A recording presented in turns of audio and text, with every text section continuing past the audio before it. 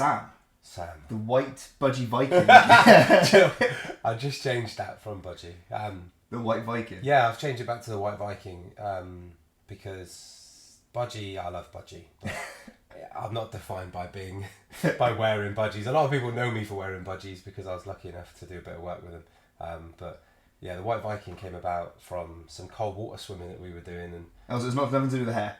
No, well, the hair came after the name. All right, so the identity has... So we've got some friends that are different colour skinned, we'll say. And we, the Viking element, and then we were coloured by our skin colour. I was the White Viking because I'm probably the most anemic human on earth. And that's where it came from. And then before, the hair was just part of the transition of change with everything in life. And it just stuck. It literally stuck, just like a nickname. Just people keep calling it. Well, I like so. it. It's your brand. Yeah. But it's good to have you on here. So I wanted to bring Sam on here to talk about, because you're an individual who you're sharing so much great content now, fitness space, mental health space, and what your message is. And you're not a business. You're not trying to sell anything. Like, I'm a personal trainer. I put content out there with the goal of, try and help some people. Obviously, it supports my business as well. But you're doing it because you just love it. You've turned your life around. It's been a new thing for you. You're trying to share your process, trying to help people is the vibe that I get looking at your content. So where's this all started from you? Because you mentioned to me off camera that you have turned your life around. So what was that point? I was okay in life. I was fine. I had a very well paid job, cruising along, not in great shape, but okay. And one day, I don't even know what it was. I can't give you a beautiful story about. It was, I saw a light. I just wanted to just change. Yeah. So I quit my job there and then, decided to start my own business. And off the back of that, I said to myself, right, I'm going to create my own reality. So I'm going to take some control back. I want to do the school run with my kids. I want to spend more time with them. But I also want to live as long as I can. Like, men in my family, nobody's lived past 60 for many generations because of heart problems. All diet and health base, 100%. But the genetics clearly don't work either. So I just thought I need to live as long as I can for my girls, for my partner. And you can't just... my brain doesn't work in terms of just doing a little thing. I like to do things on a scale. And I decided, right, I'm going to completely change my physique. I'm going to change my mindset. I'm going to change all of my friends. I'm going to change my social element.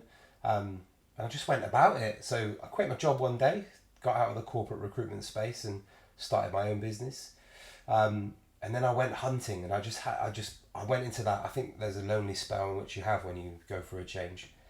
And I was looking at who in our city and locally are good bloody humans, and who can help me first of all. That's what I wanted. I wanted who can help me. And I found some friends. I found some people that were out running and getting in the water, and that was passion oozy more than anything. And from there on in, it was just a habit to do that. And I was, I see their physiques and I see how fit they are and how strong they are, and I'm like, I'm gonna chase them. Like, they are my goal. Yeah, they are my goal. They're beautiful human beings. They have huge respect from people. They seem to have the right balance with the family, business, and their own personal fitness and sort of mental space. So I got after them, and I messaged one of them, went for a run, I went for a jog. I was breathing out my arse. I was at the back. I was last. But it felt great. Like, I was doing something I wasn't very good at. Yeah. And I think when you do things you're not good at, it really humbles you.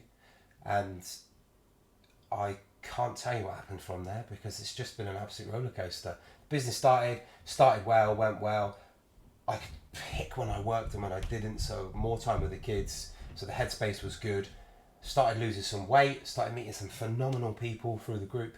And it's just spiraled from there, really. And it, you go to gyms and you go to clubs and you go to meets and you just start meeting people, and you actually think, do you know what?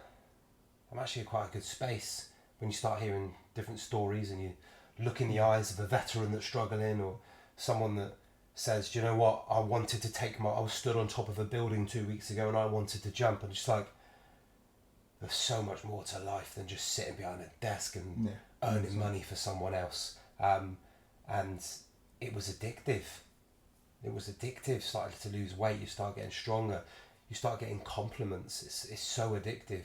And off the back of doing that, I met some people that were struggling, and I was obsessed with just wanting more for people. Like, I'd started a journey, but they were looking at me like I was at the end of my journey. I think that we sometimes forget that there is always someone that looks up to you.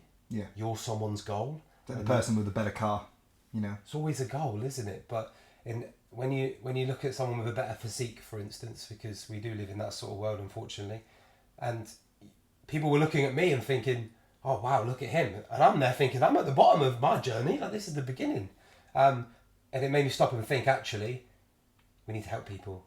We just need to do good things and nice things and be kind and have conversations. It doesn't take much, and from there it just my social group grew. I joined a new gym. I joined Pantheon in Plymouth, and met Ben there. Probably the perfect role model for that. All about helping people. All about, he does a lot of work with disabled people.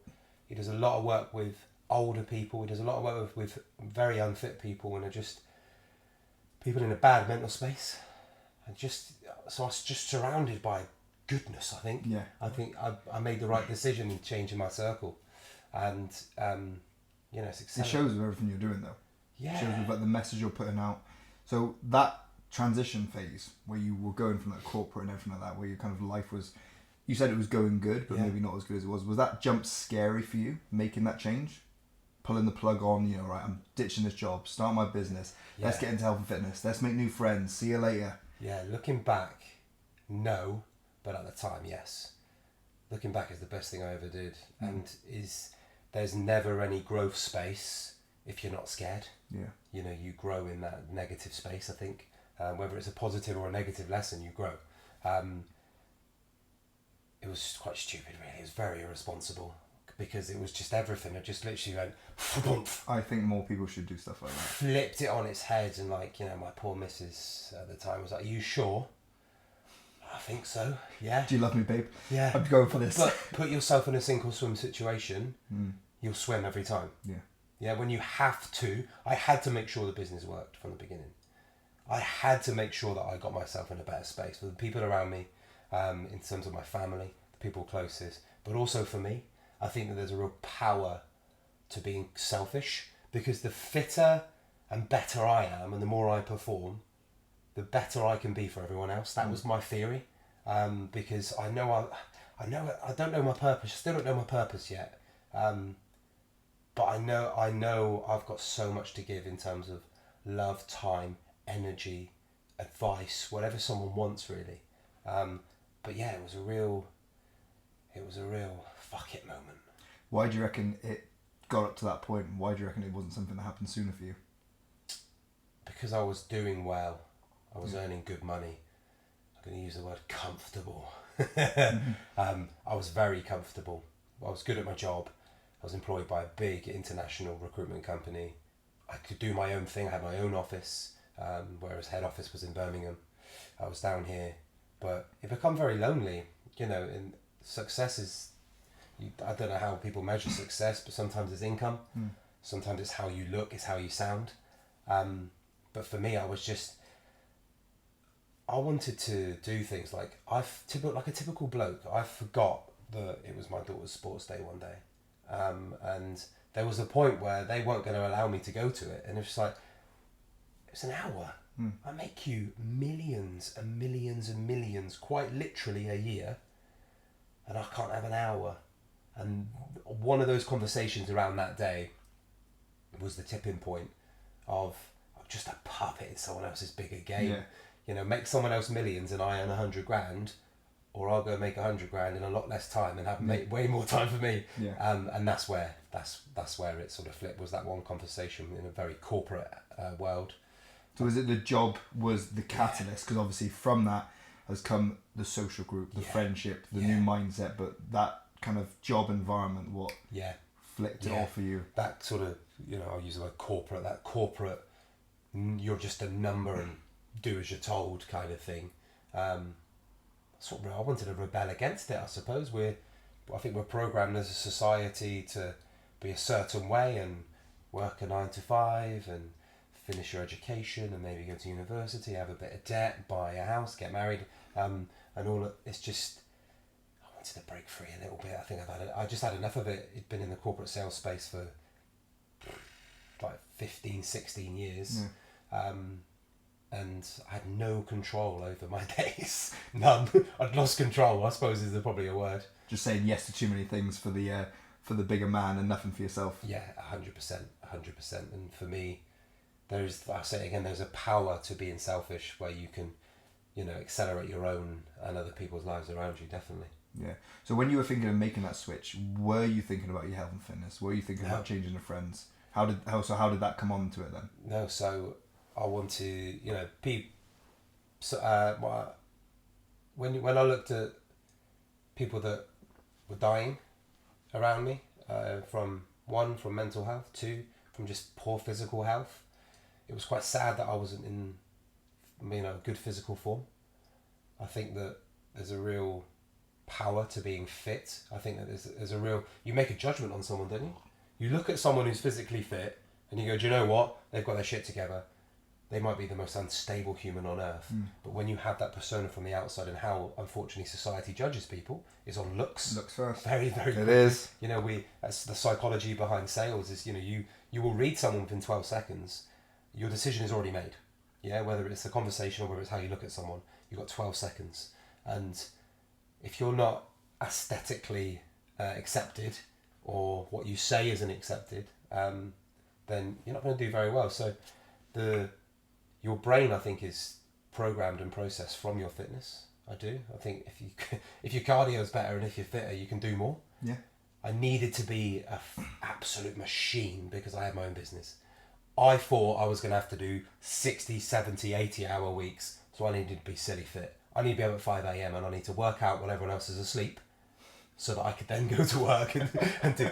It didn't turn out like that. No, it's not. No, Ride until you die. Yeah, literally. But that's what Wolf of Wall Street says. That would have put you in the same mental space as you were before. Yeah. Funny enough. But if you look at videos that come up all the time, it's I do 100 hours a week. This is how you make a successful business. You have to call 5,000 people a day. When you look at sales, it's nothing like that. No. Some good conversations, some great relationships, and you can do very, very, very well. So the fitness came because I had an assumption that you had to be fit to be good in business. Okay, so it's sales. still linking back to the business then. 100%. Initially. Yeah, 100%. And I also think if you're the face of something, you've got to look goodish, because you will get. I'm still selling into the corporate space. I still have clients that are multi-billion-pound companies, and there's always a human on the end of that interaction. So, and it's only Teams, but you can still see someone. Yeah. And now they see white hair and a moustache, and it's Strong just tash. It's all of a sudden it's a talking point. And I've gone from being a very bland, boring human to being what I'm just outrageous. I'm finally me. I think that's what it is. I'm finally actually. I've always been a bit out there, and I always thinking on my feet, and I've always been the funny one. I was the clown at school. Do you know what I mean? I've always liked to be the centre of attention, and it taught me a lot in terms of communicating and how to deal with certain elements. But I now hate that space. I hate groups. I don't go out. I don't go to nights out. A nightclub is my worst nightmare. Yeah, give me a nice restaurant and a glass of water, and I'll be in bed by 9:30. But I just have my head's completely changed, and I used to think that you had to go to that party and then do what everyone else is doing, else you're not going to be accepted. In actual fact, there's a real power to saying no. 100%, yeah. Yeah, there's a real power to saying no. And it's taken me 34 years to learn that. But, so be it. I think we go on a journey purposely.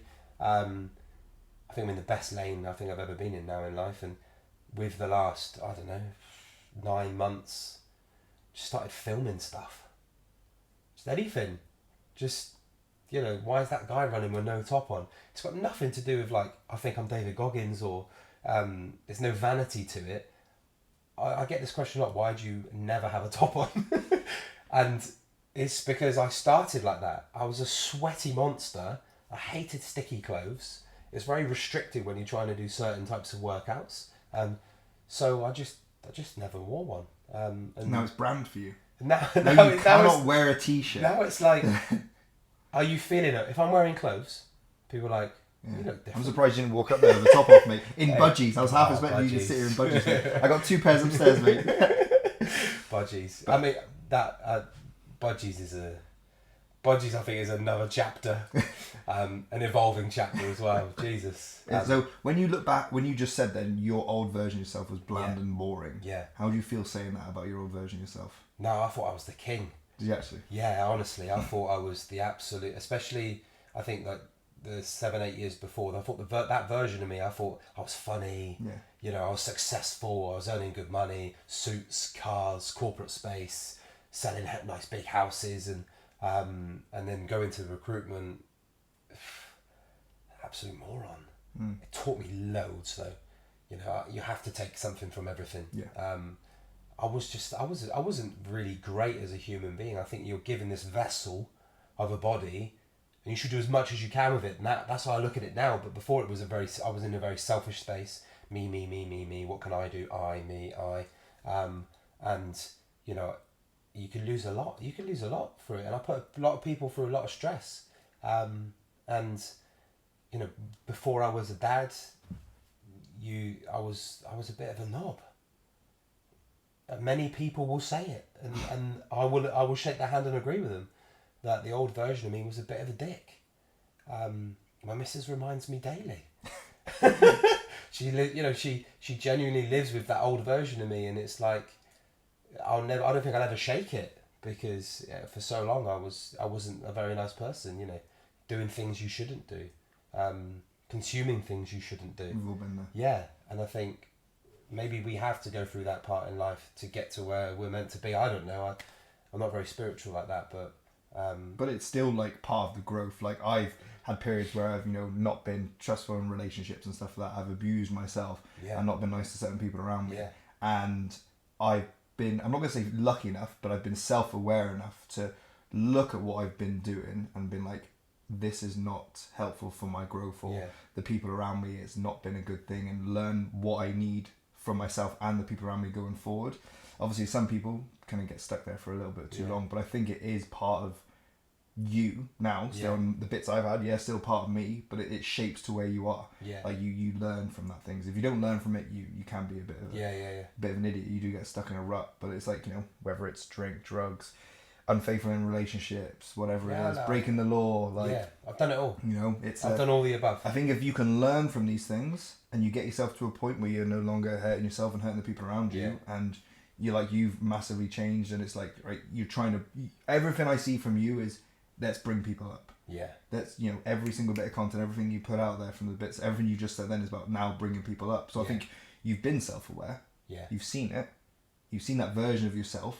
Like, even if it meant you had to look yourself in the mirror, but right, what's going on now? Yeah. And you've made those steps to like kind of where you are now. Yeah. Which is big. A lot of people, it does never happens. They just ignore that side of them. Yeah, I think as a society, and I think just generally, we're very selfish in our actions, and I think that the life's so stressful and pressured now in terms of the economy, and how difficult it is to live in this world, and people don't have enough support, and it won't if somebody is genuinely in severe danger in terms of their mental health, they will not get helped.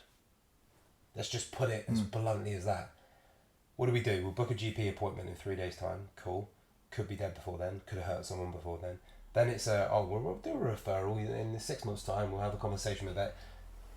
That is just not right. No. So why are we not, us as people that are confident, aware, and can maybe have probably been through that? We're probably more experienced than some of the professionals these people are sitting with, and we know these people as well if they're friends. So if we are emotionally connected to them, and we've got the experience that we've been through to be able to help them, why would we not pass that on? Why would we not stick an arm around someone for 30 minutes and potentially change their life from one conversation. I can't tell you how many lives I think that the people around me have touched, but I reckon it's 50 plus people. I know 100% there's 4 or 5 people in my circle that would be dead right now if it weren't for a proper conversation and finding fitness, health, and something to actually run after. The pressure on the NHS is just through the roof. We have no idea what people are identifying as, what is wrong with them. We like to coin different groups of people into somewhere like, oh, you're anxious, your mental health's poor, rather than actually looking at what is actually what's actually wrong. It's the root problem. We have to put people in a box. We're a categorising society, and if the NHS can't do it, why aren't we doing it? Like, why can't we? Why? I put a video out yesterday. Why can't you just have a nice conversation with 12 people in 1 year? Why can't you? We can. But I think that COVID kicked us in the nuts when it comes to human interaction. It completely destroyed any confidence anyone had in like looking a human in the eye and having a chat like this. Like, I mean, I'll admit that was a weird time, and I class myself as an introverted extrovert. The introvert's normal, extrovert has been trained over years, but coming out of COVID was still weird. Yeah. You know, as someone who I am comfortable talking to most people, it was like, oh shit, there's no people again. Yeah. You know. But I think that I would say 99% of our society are scared to talk to a stranger. The best test for me is if your phone rings and you don't know the number, you don't answer it. Do you? Yeah. Nobody does. I don't. I'll Google it. Do you What's Google that number? It? Yeah. If I'll it's Google 0333, I'm leaving it. Is it danger? Who wants what? And that's a really fine example of we're scared to talk to someone or go into the unknown that we don't know. And, you know, I think sales and just my career taught me how to communicate. Yeah. That's the one thing I think I could articulate myself well. I didn't articulate myself very well then.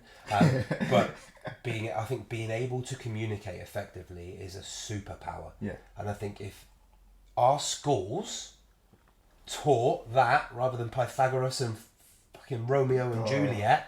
I agree. Yeah, those really useful things that we use all through our lives. I talk about Romeo every day.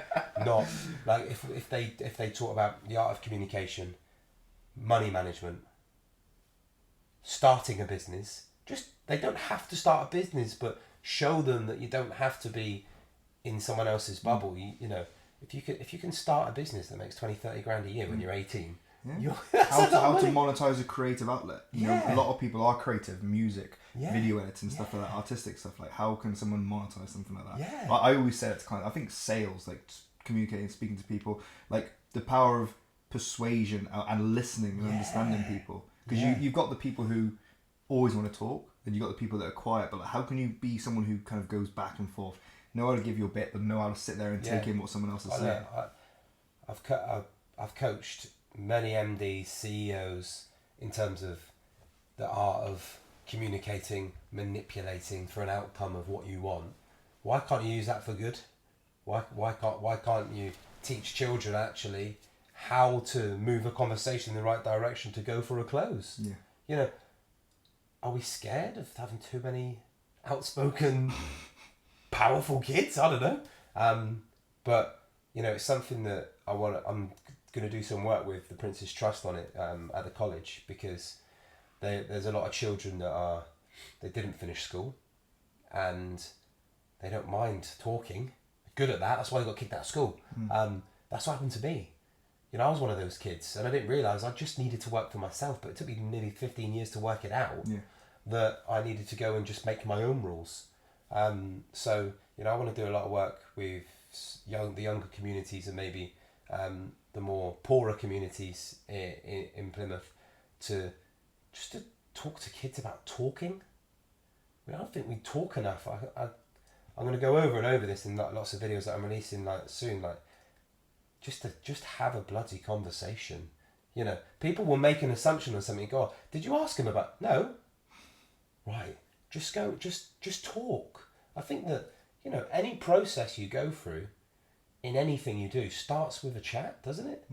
Like any purchase you ever make is going to be a communicate, whether it's with a bloody robot online or whether it's a human being in a shop.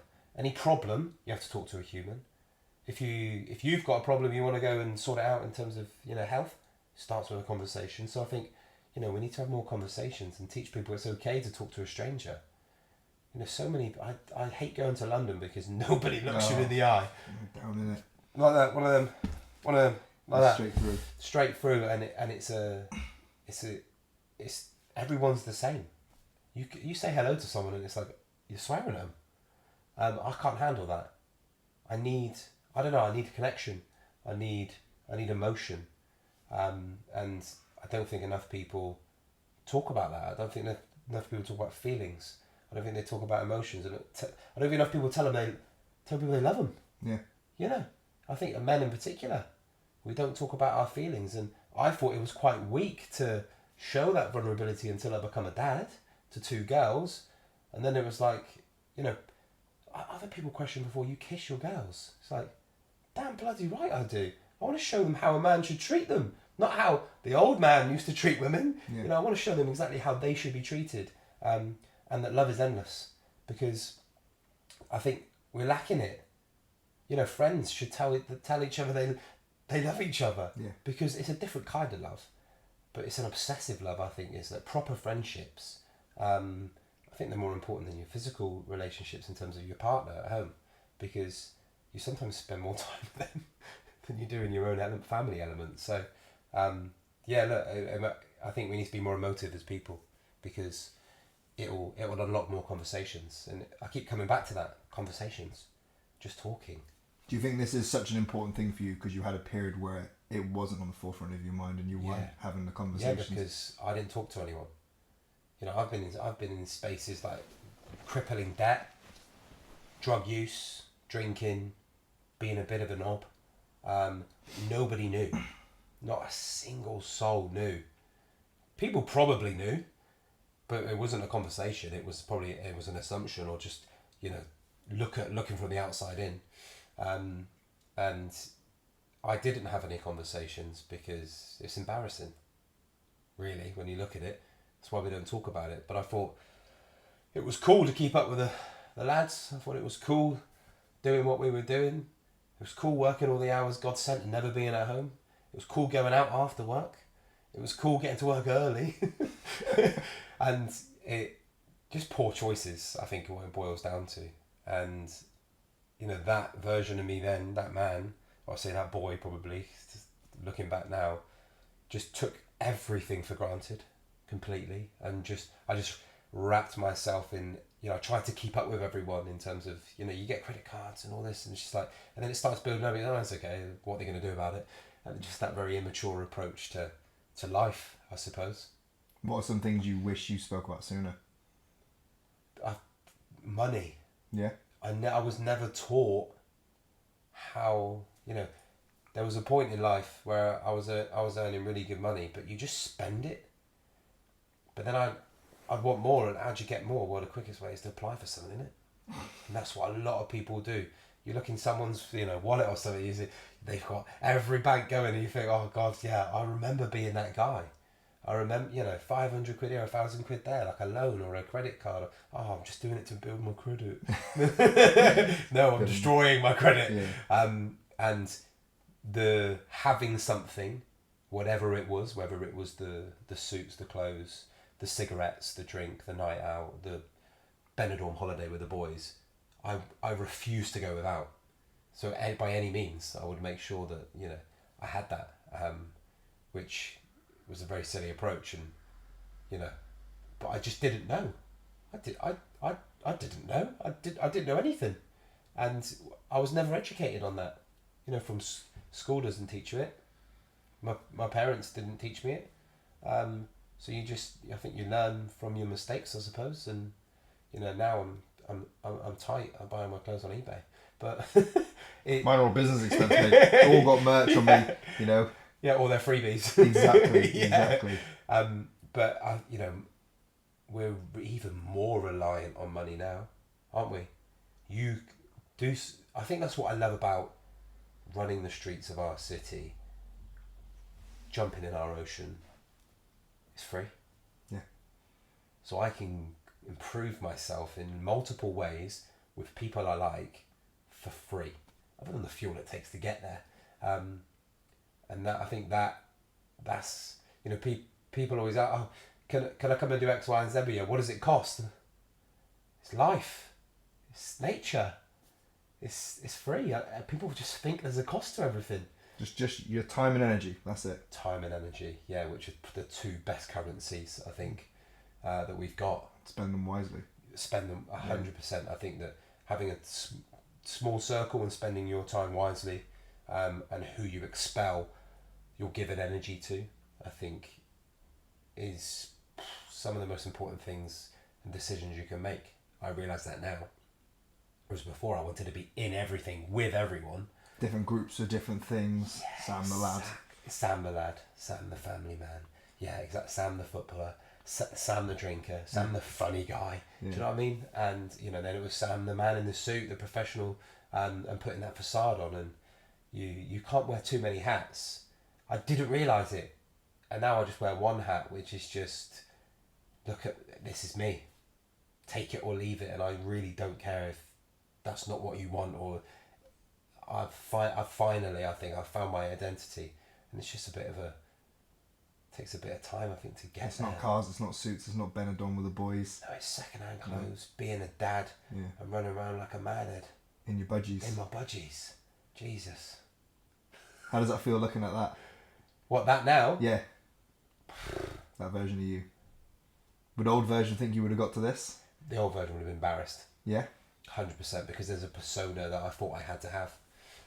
That corporate, slick back sort of look. No beard, no facial hair. But, you know, 120 kilos. Yeah? Yeah, getting by on pure personality, and just talking. And, I mean, that version, I mean, yeah. Go on, tell us about, so 120 kilos, obviously there's a bits we've touched on about your aesthetics and stuff like that. What was your health and fitness like then? Nothing. Bit of Sunday football.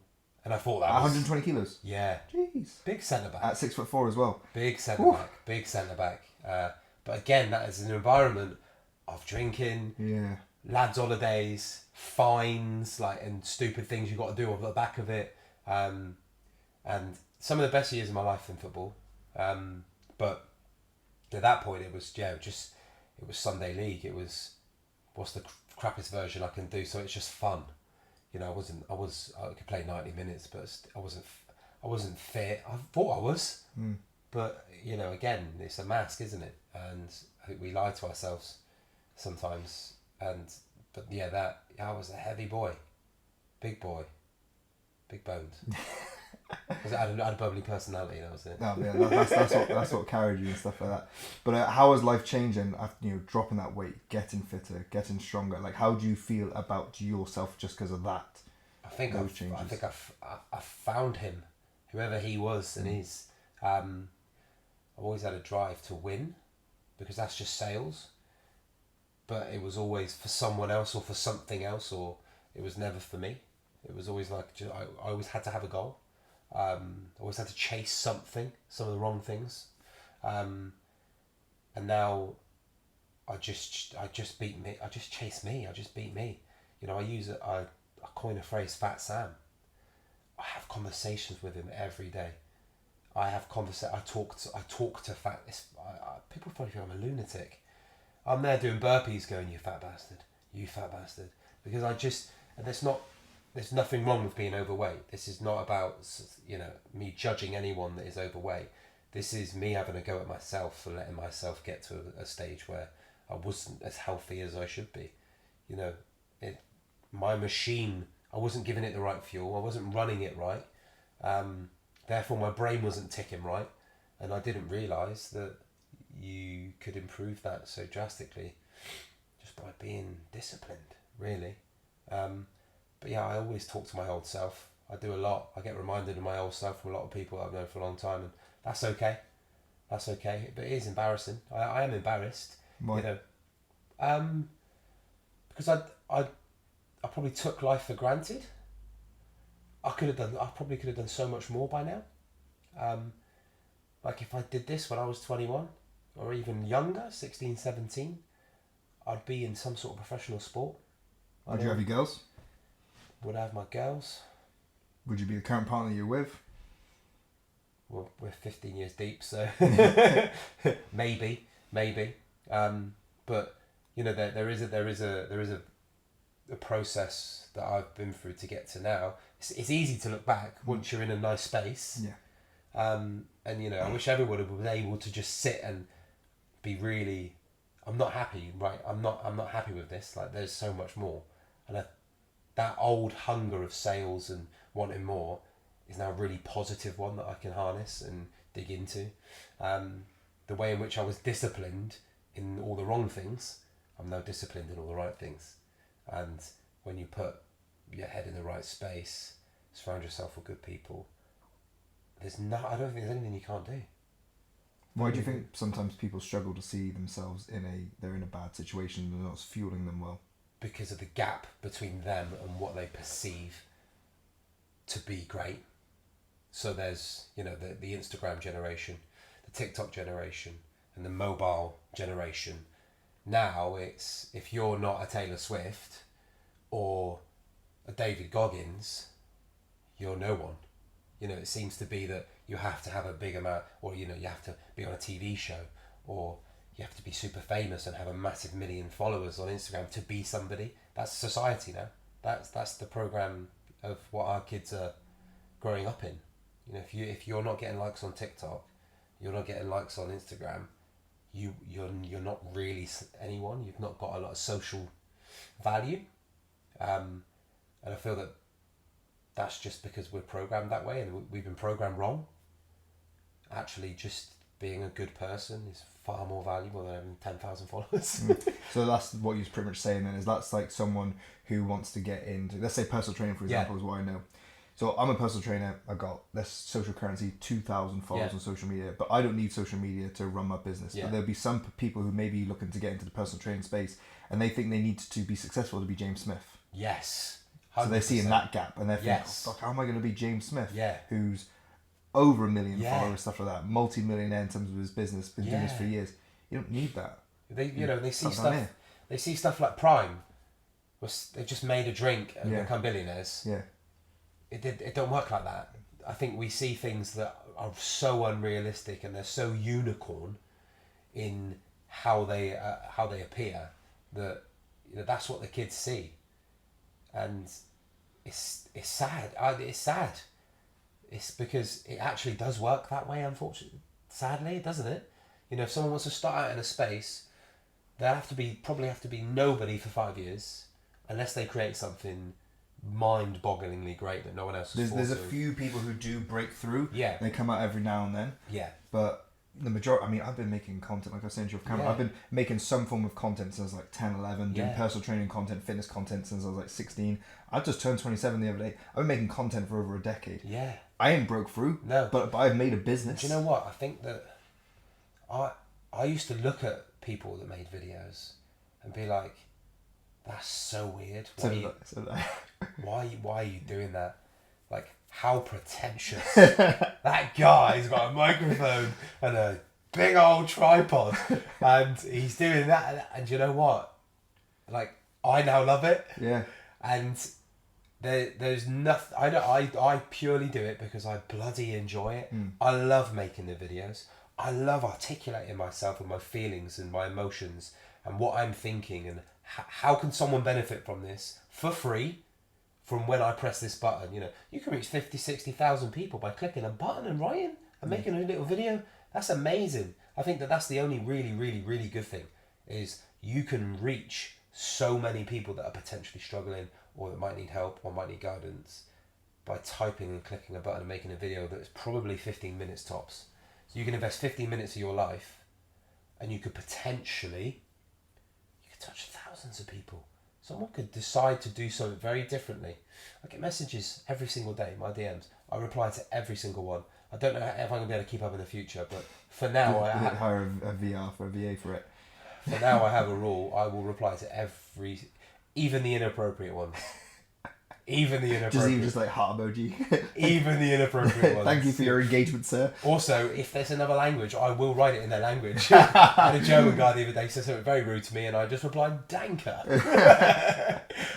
because I think it's important to engage, even if it is inappropriate. You know, if someone has taken the time to comment, like, share, or message, you must engage with that person, because they are your audience, as you would call it, and you never know. I come back to conversation. You never know what you will do. You won't ever know, by the way. But if you don't do it, you'll definitely never know. I like the feeling of someone smiling and me saying, "I told you so," because, you know, I met so many people like, I can't even run a kilometre. I could never do half marathon. They just did it. Every single one of them just did it. They're all sub-2s. And it's like, yes, you're not a prime athlete. You've just done something you said you definitely couldn't do. That's the ultimate for me, is people just getting better in themselves, because then they can pass it on, can't they? They go home and they're better to their family. Their kids benefit from it. Their friends benefit from it. Their work colleagues benefit from it. And nobody looks at that bigger picture, because I don't think anyone looks that deep into things. But I'm a thinker. And I think if you touch one person, I reckon that's going to probably benefit 500 plus people. Do that once a week and you're flying. But I'm not sure enough people see the value in it. Just helping people. Yeah.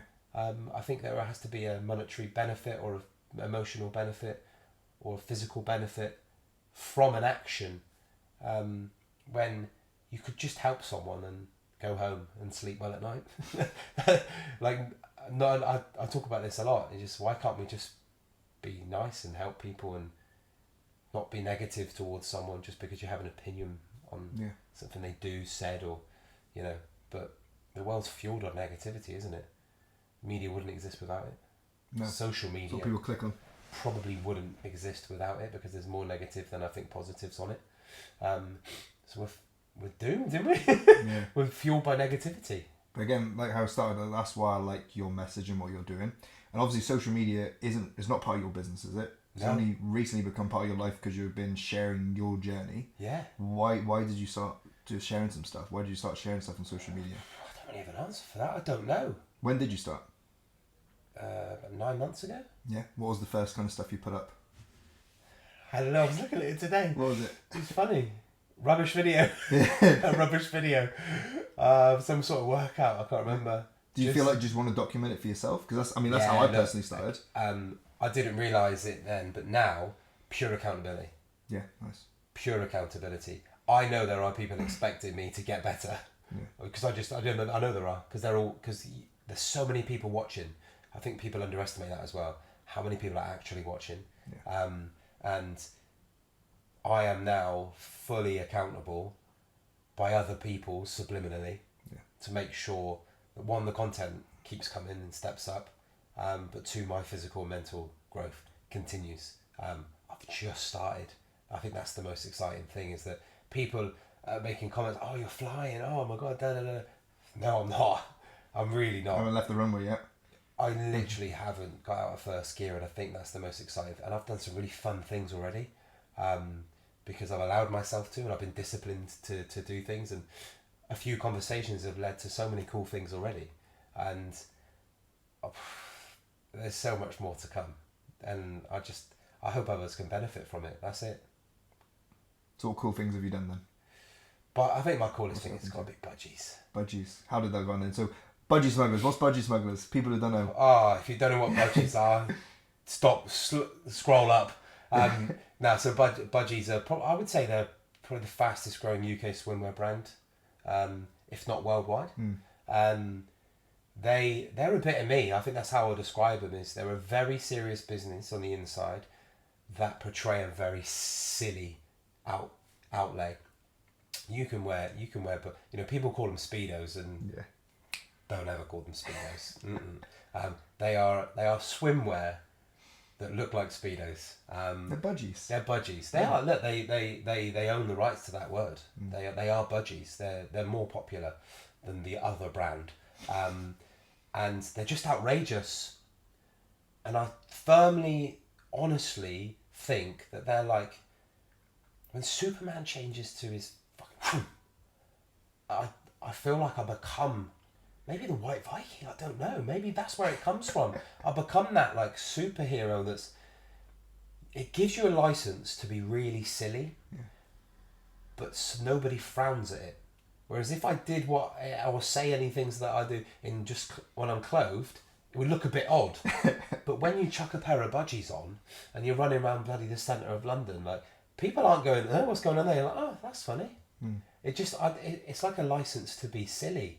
And I said to the sales manager on the last shoot we did, I don't think you realise how many people's mental health you've helped, because I personally have grown because of budgies. I have personally let all my inhibitions go because of they're revealing, aren't they? 100%. Bloody Nora, like they say, they want to free the thighs of the world, or they free everything other than a tiny little bit of your body. And what I love about budgies is the branding. They stand by their values, yeah. So the guy that started it is not ripped by any means. His rig, as they call it, because it's an Australian origin. They use mostly average everyday guys, as we would describe them in society. Men that aren't rugby players, or men that aren't in shape, that are a bit silly, and just they've got hundreds of designs. You can make your own. You can do anything you want with them, and it originated from meeting new people. So first set of new people I met knew another set of people, which is a swim group called Tugboats and Dolphins. Tugboats and Dolphins is run by Dunners, or Mike Dunn, Royal Marine. He's got that bit of craziness that I now love, and outrageousness to do quite silly things. They were doing a 24-hour ice swim at Finn Lake, and asked a few of us from our group if we wanted to get involved. Like, yeah, cool. Not done a lot of proper cold water. I've been in the sea and stuff, but proper cold water, like 2 degree kind of territory, like dangerous. So we went about training with them to get ready for it, and we started looking at, could we get any sponsors for this? Could anyone help? I'll try and get budgies. I don't think I'm a trier, but I didn't think it would go anywhere. One message to the sales manager, George, on LinkedIn led to an email, led to a trail, led to a conversation, led to a... Well, it's funny you're in Devon, because we've made a load of Devon budgies and never done anything with them. Do you want them? He's like, what? Like, yeah. Right place, right time, then. Right place, right time, yeah. Purely from a conversation. They then sponsored the event with what they provided all the swimwear, so all the men and women had the Devon style budgies. It was in Devon. All the people were from Devon. It just fitted really well, and that was that. And then I was in London for business, meeting a client, and I just happened to send George a message just to say, by the way, I'm in London. Let me know if you want to grab a bite or whatever. We went for sushi in Soho. And I can't really tell you what happened from there, because it just spiraled, just ideas, and I was doing a lot of videos in them, and he was sort of saying, "Oh, thank you for that. I've got good reach," or da da. And then one day the call came. Do you want to model some for us? And it was like a eureka moment. It was like they basically said, "You are budgie," like that. That is literally how they describe it. You are so budgie. You've got no inhibitions. You're a nice person, and you like doing outrageous things. So, we went and ran around London in budgies, basically. I love the video you at Goose as well. So that was that day. So that day, we weren't legally allowed to film in the tubes. We've made it look like we're in the tubes when it comes out, but because it was a corporate shoot for Transport for London, they weren't actually allowed to be pretty much naked on the bloody tube, right? Because people would get angry at work. Sad world we live in. So we had to go to a museum. So we went to a train museum.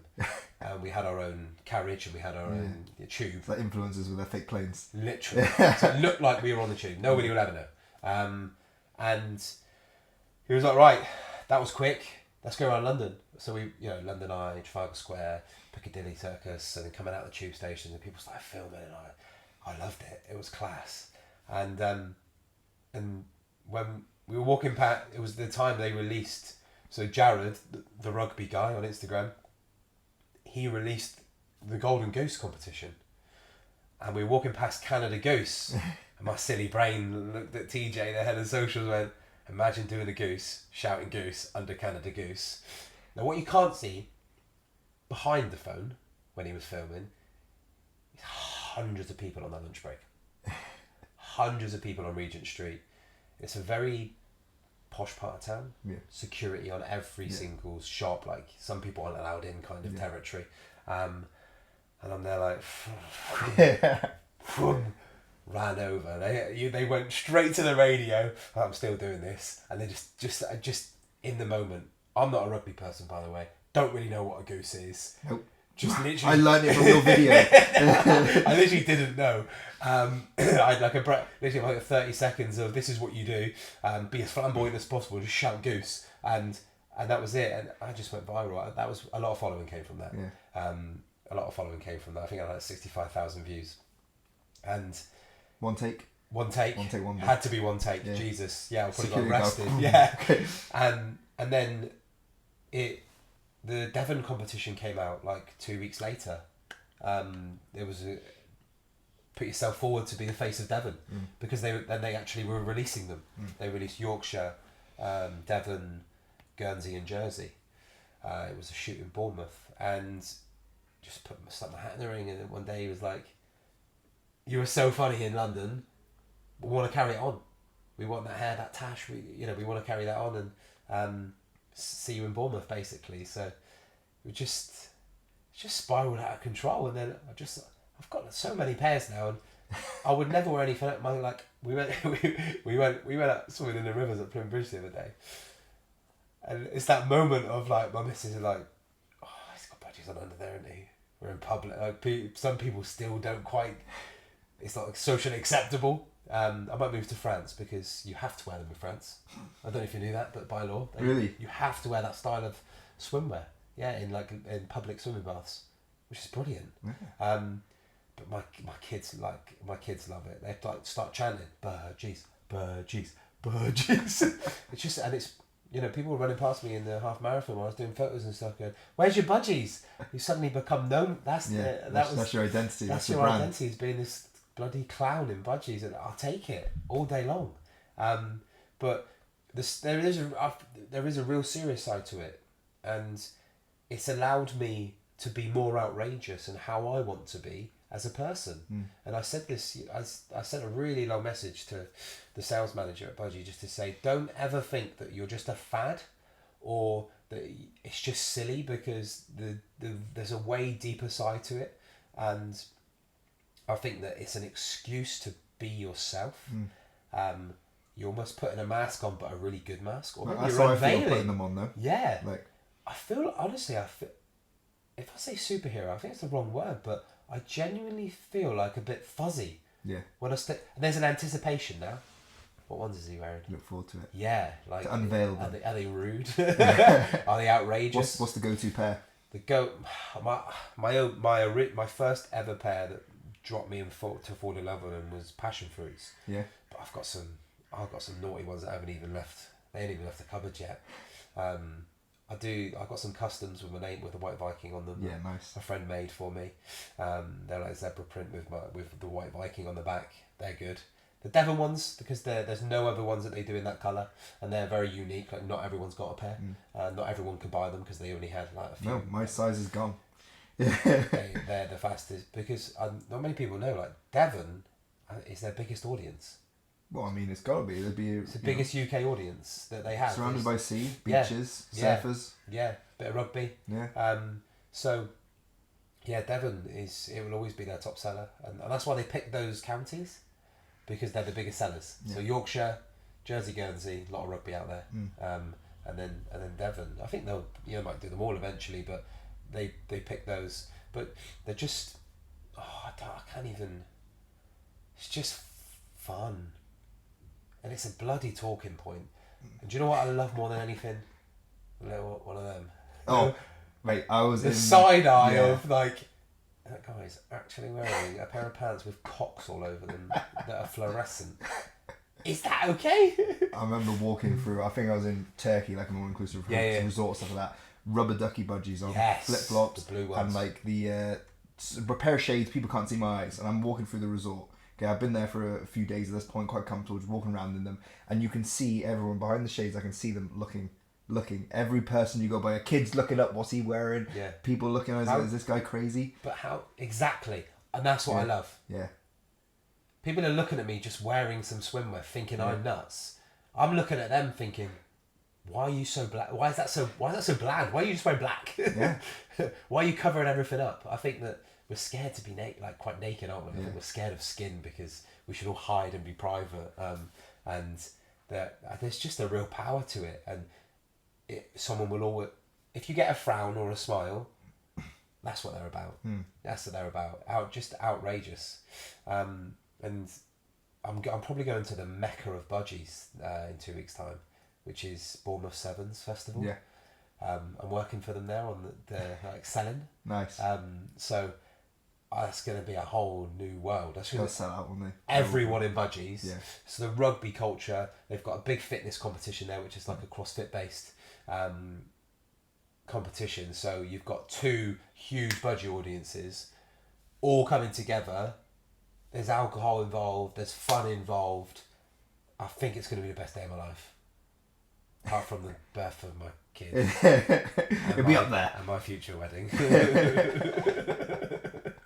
No, I love what they're about as well. Like, I mean, I think, it's probably James Smith I probably saw wearing them and stuff like that. I know he's a big advocate or something like that. He's got his personalised one. I think that's how I kind of personally came across it. And I've seen people out in the rugby culture and that kind of wearing them.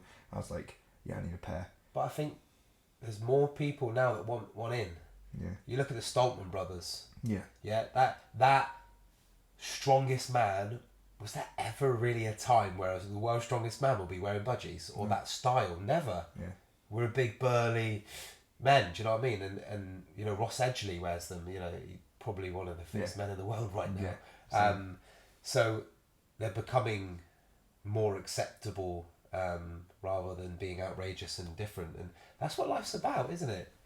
Like, why is that frowned upon, but taking Class A drugs ain't? It's more drinking normal. Alcohol isn't. Yeah.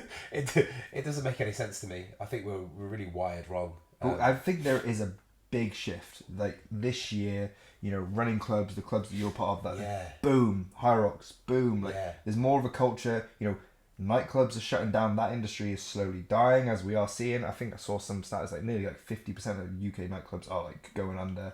It is getting crazy, but you're seeing more people that are wanting to get up and train and exercise. Gyms are going up. Gyms are popping up.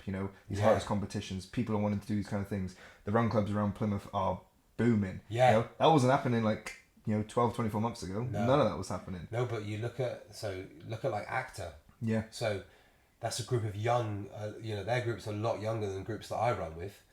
That's phenomenal because that's now a statement and a staple to say it's cool to run. Yeah. Whereas I think before, a Paula Radcliffe or a Mo Farah, it's not so cool to run because they're not big muscly, or they're not all over social media doing silly things, or saying motivating quotes, or part of big brands. Whereas seeing younger people get into the space and just supporting each other and doing it together, and younger PTs, and just I think in general it's more acceptable to be exercising. It's quite cool now. It's definitely on the turn. I remember I started training 15, 16, like you do, like a lot of young lads do, but I was still training 17, 18, 19, 20, and in that period I still found I was getting a bit of shun, people You're are the weirdo. Weird, yeah. Like, why are you training? Or we're going out because I'm training, I'm doing all this gym stuff and stuff like that. Why are you meal prepping? Now it's a lot more normal, but some people still look at it strange. But that was only 7 years ago for me, and people that's strange. But I think it definitely is shifting. Like what I'm seeing, within the industry, like you said, getting out for running, see something, it is free. People are seeing that it is a lot more accessible. It doesn't need to be in the gym. You don't need to be, doing all these things that the pro athletes are doing. You can just start at your level. People are seeing that the access to it is so much easier. Yeah, and you'd hope that people see the benefit of it more than anything, because it's not all about aesthetics, is it? It's not all about. That's the byproduct of the hard work, is that you look better according to society, right? Because you see muscles that have been hidden for a few years in their little warm space. But I think it's more accessible. 24-hour gyms, for instance, that wasn't a thing 10 years ago, was it? Not really. No, not at all. No, you couldn't just walk in with a thumbprint somewhere because the tech wasn't really there. Yeah. So technology I think has helped a lot. Technology has helped in terms of accessibility. Like you sit in front of YouTube now. Like people say, what do you do here? What do you do there? What do you do there? Well, you Google it. You can Google and YouTube everything. I've fixed so many things Yeah. via YouTube, and then I've looked like a hero. Like I just Googled it. But fitness is no different. It's no different at all. You just look at how I started. This was my thought process. Who's better than me? I'm gonna chase them. I people say, how did you start? I shouldn't really say it, but I say I chased some Africans. I literally did. 2 African friends. Yeah. I just chased them up hills, across the promenade, down to Royal William Yard. I just chased them, and eventually I caught up. I just kept turning up, and eventually I caught up. And I think there's a real power to having better people around you. I think that there are some individuals in this life that look at others and they'll look at it in a negative, like to say, oh, look at him. Well, actually, no. You probably want to be like that person. Chase them. Get after them. There's no harm in trying. And I think when you start seeing a small shift in mind, body, whatever you want, a spiritual, you realise what's actually good for you. And good people, surround yourself with people that are better than you at something. It's probably one of the biggest lessons. I used to want to be the best in the room. You learn nothing though. There's no growth there. No, you never want to be the best or the most intelligent or the fittest person in the room, because you're the go-to then. What are you going to learn from that? Nothing. So, it took a long time to learn that. I always thought I had to be the best. Number one, wherever I was in that space, if I had to overpower a conversation or be funnier or even lie to get to that space, I used to. But now, finding someone that's better than you is like it's like a superpower. It's brilliant. Whether it's business, fitness, anything, mindset, creativity, running, anything. Even as a parent.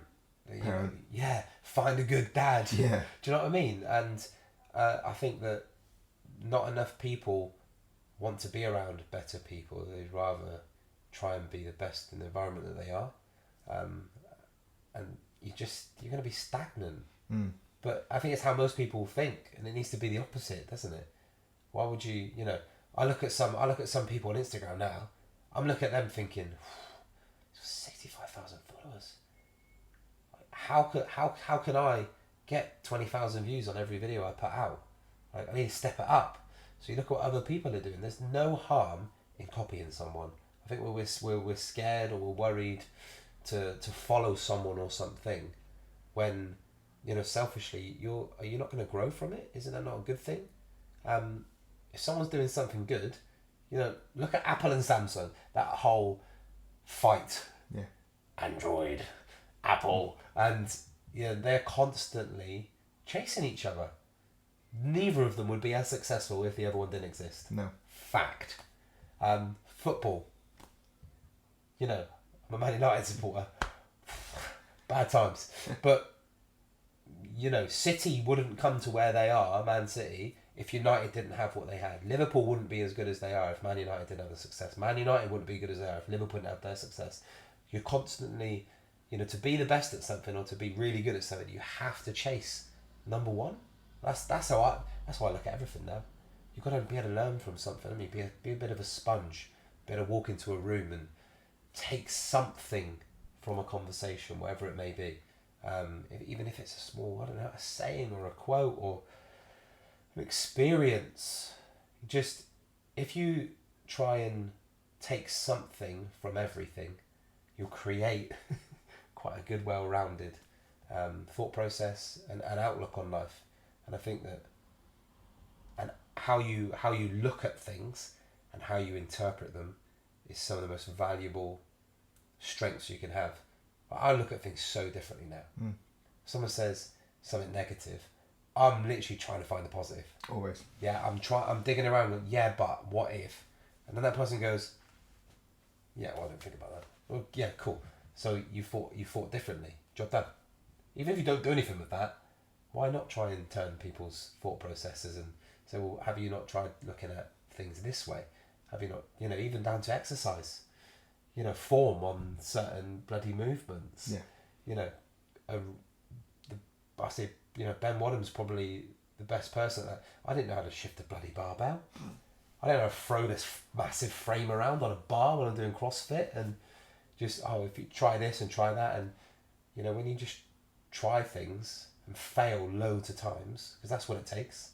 It takes a lot of failure to get good at anything. I think not enough people fail. You got to have those hurdles. Like we were talking, there's those struggling bits where we weren't feeling we were doing as well. And that's the bits where if you can really look into yourself, reflect, you learn from it, whether it's a physical challenge like that, a mental challenge. You got to have those failures. But I think the fear of failure is what stops people. Yeah, what's heavier? Fear of failure or not trying at all? That's a saying that's bounced around on Instagram every single day. What weighs heavier? The fear of the failure or the actual thing itself? And I love getting things wrong, but my previous self wouldn't dare put myself in a situation where I might fail. If I knew I couldn't do something, you just avoid it. And that's why I never grew. I thought I was, and I could perceive that I was to the outside world, but actually, I was never growing because I had that fear of failure, which I think a lot of people have. People don't turn up sometimes to a session because I don't think I'm fit enough. That's the whole reason you're going to the session. I get it all the time from people. Of course you will. I'm not feeling 100% today. It's fine. Come on in. Brilliant. Bring 70%. Yeah. See you there. Yeah. Bring 50%. See you there. Just bring 10. Just get into the gym. I had someone yesterday beating themselves up about it. Like, I'm not 100% today. I can't do it. Yes, last week I was so much better. Yeah, but you're here. 2 months ago, you wouldn't even come to the gym. Yeah. You turned up. You turned up on a day you didn't feel 100%. Yeah, and I coin a phrase to a lot of the guys that we run with, and you're part of the 0.5% that's smaller than the guy up, and that are on a road running and getting in cold water. It's probably a smaller percentage than that. Fuck, it's nothing. Yeah, it'd probably be 0.1%. It's not even measurable. Yeah. So you're part. So 99.9% of people, you're ahead of them today. Congratulations. And they go, oh yeah, I am. And yeah, negative thought process again, or a backwards thought process, should I say? And when you have to compare yourself to other people sometimes. It's not always good to, but when you look at it in that sense, to say, you may be running 12-minute miles, but that's 12 minute miles that you're doing way faster than the guy on the couch. Yeah, or the person in bed, or the person that went out last night and they've got a hangover. You made the right choices, and we need more of that. I think we need more positivity. Yeah, you look for the negative, you're going to see it anyway. We've all had those headspaces where it's like all you can see is the fucking shit. Yeah. It does take that bit of, practice to look for that positive a little bit more. Where can you see it a little bit more? Even if it's just starting with little things. It's that exposure to it. Yeah, I've learned that. I've learned a lot from the new group of humans that, I now congregate with, that, they look for every single positive. Even in a really bad situation, it will always be yeah, but if we don't try, what if? It's always that questioning, and that's where the growth comes. That you have to question things. It might be a bad situation, but I guarantee there's something you can. I always feel like that now, like nothing really matters that much. I used to worry about so much. But when you lose, I don't know what it is, like there's this freedom in my mind now that nothing really matters. No, it doesn't. Not at all. Nothing. What we're doing right now doesn't really matter. You know, when you look at, I don't know, I got an injury, I can't train for 2 weeks. It doesn't really matter, because there are people with no legs that would pray to have the injury you've got. Yeah. You know, there are people that cannot physically do what we're doing right now, or mentally can't do with it. You know, they're bedbound. You see, there's always someone worse off. And when you start looking at things in a nothing really matters kind of way, the whole world literally lights up. Like I feel like a warmth inside of me when I say that. I've got a real, I think there's from just that flipping that switch, like last year, just there's a real nothing really scares me, nothing really matters, and nobody really cares that much. No, they don't. We care more than the perception of what we have other people think of us. You know, we care so much more about other people's opinions and other people's actual opinions. Yeah. Because we try and perceive ourselves as something, because that's how I'll get socially accepted, by fucking using some sort of filter on and being very serious and looking as sexy as I can. Actually, I've proved you can look like an absolute clown. Half my videos, I'm just here like talking to the camera, double chinning myself, like, yeah, guys. So I'm just gonna take you through my meals today. Yeah. Not looking like anything to do with a fitness trainer. No, but what does a fitness trainer look like? Yeah. Someone said to me the other day, "Don't trust the fat PT." I was like, can we say that? And then they went, "Don't trust a skinny chef." I'm like, oh my god, yeah. But that's the perception, isn't it? If somebody doesn't look the right way, they have no idea about anything. Yeah, this engagement on social media is a big thing that you see. You know, I post photos where I look like, you know, more pumped up abs and stuff like that. Wow, it gets more socially accepted and stuff like. You might get more sales that way. Yeah. You know, I know a lot of people high up in the industry speak about that when they put their contest prep photos up and stuff like that. Yeah. Boom, engagement. Boom, more sales, and they post like photos of them looking mid. It's like, it's a shame that we live life based on what something looks like, and it doesn't matter what you talk about. No. A vape that someone buys. Yeah. You look at vapes now. They're the weirdest shape. They were a stick. They're as close to a cigarette as they were going to get. Now they're boxes and they've got lights on them, and because some of them look like big engines in your hands, and those probably look a little bit intimidating. But those are like the OG vapors have probably got that. And then the people who will probably get into it, it's the cute little like crayons that they have. You know, it looks like a sweet. Yeah, or like the little squares. Yeah. And why are we obsessed with that thing and sticking that in our mouths and not running or walking? Why are we wired that way? Why do we buy that?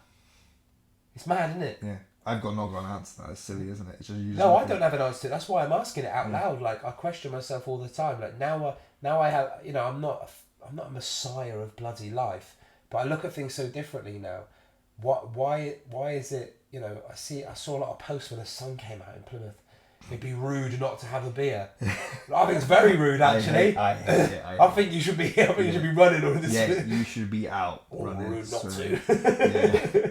That doesn't make any sense. Why are we programmed like that? It's just the society of just how it is, and where did it start? You know, pretty many millennia ago. You know, having it. Oh yeah, I've earned this. The sun came up. You won't earn anything. Yeah. It's just the weather is different today.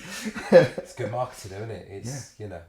Dark fruits as a drink went bloody ballistic because it was just different. It's fruit. It's one of my 5 a day. People used to joke when they were drinking it. It's one of my 5 a day, but they don't realise. 5 cans a day. Yeah, I think subliminally we're sold.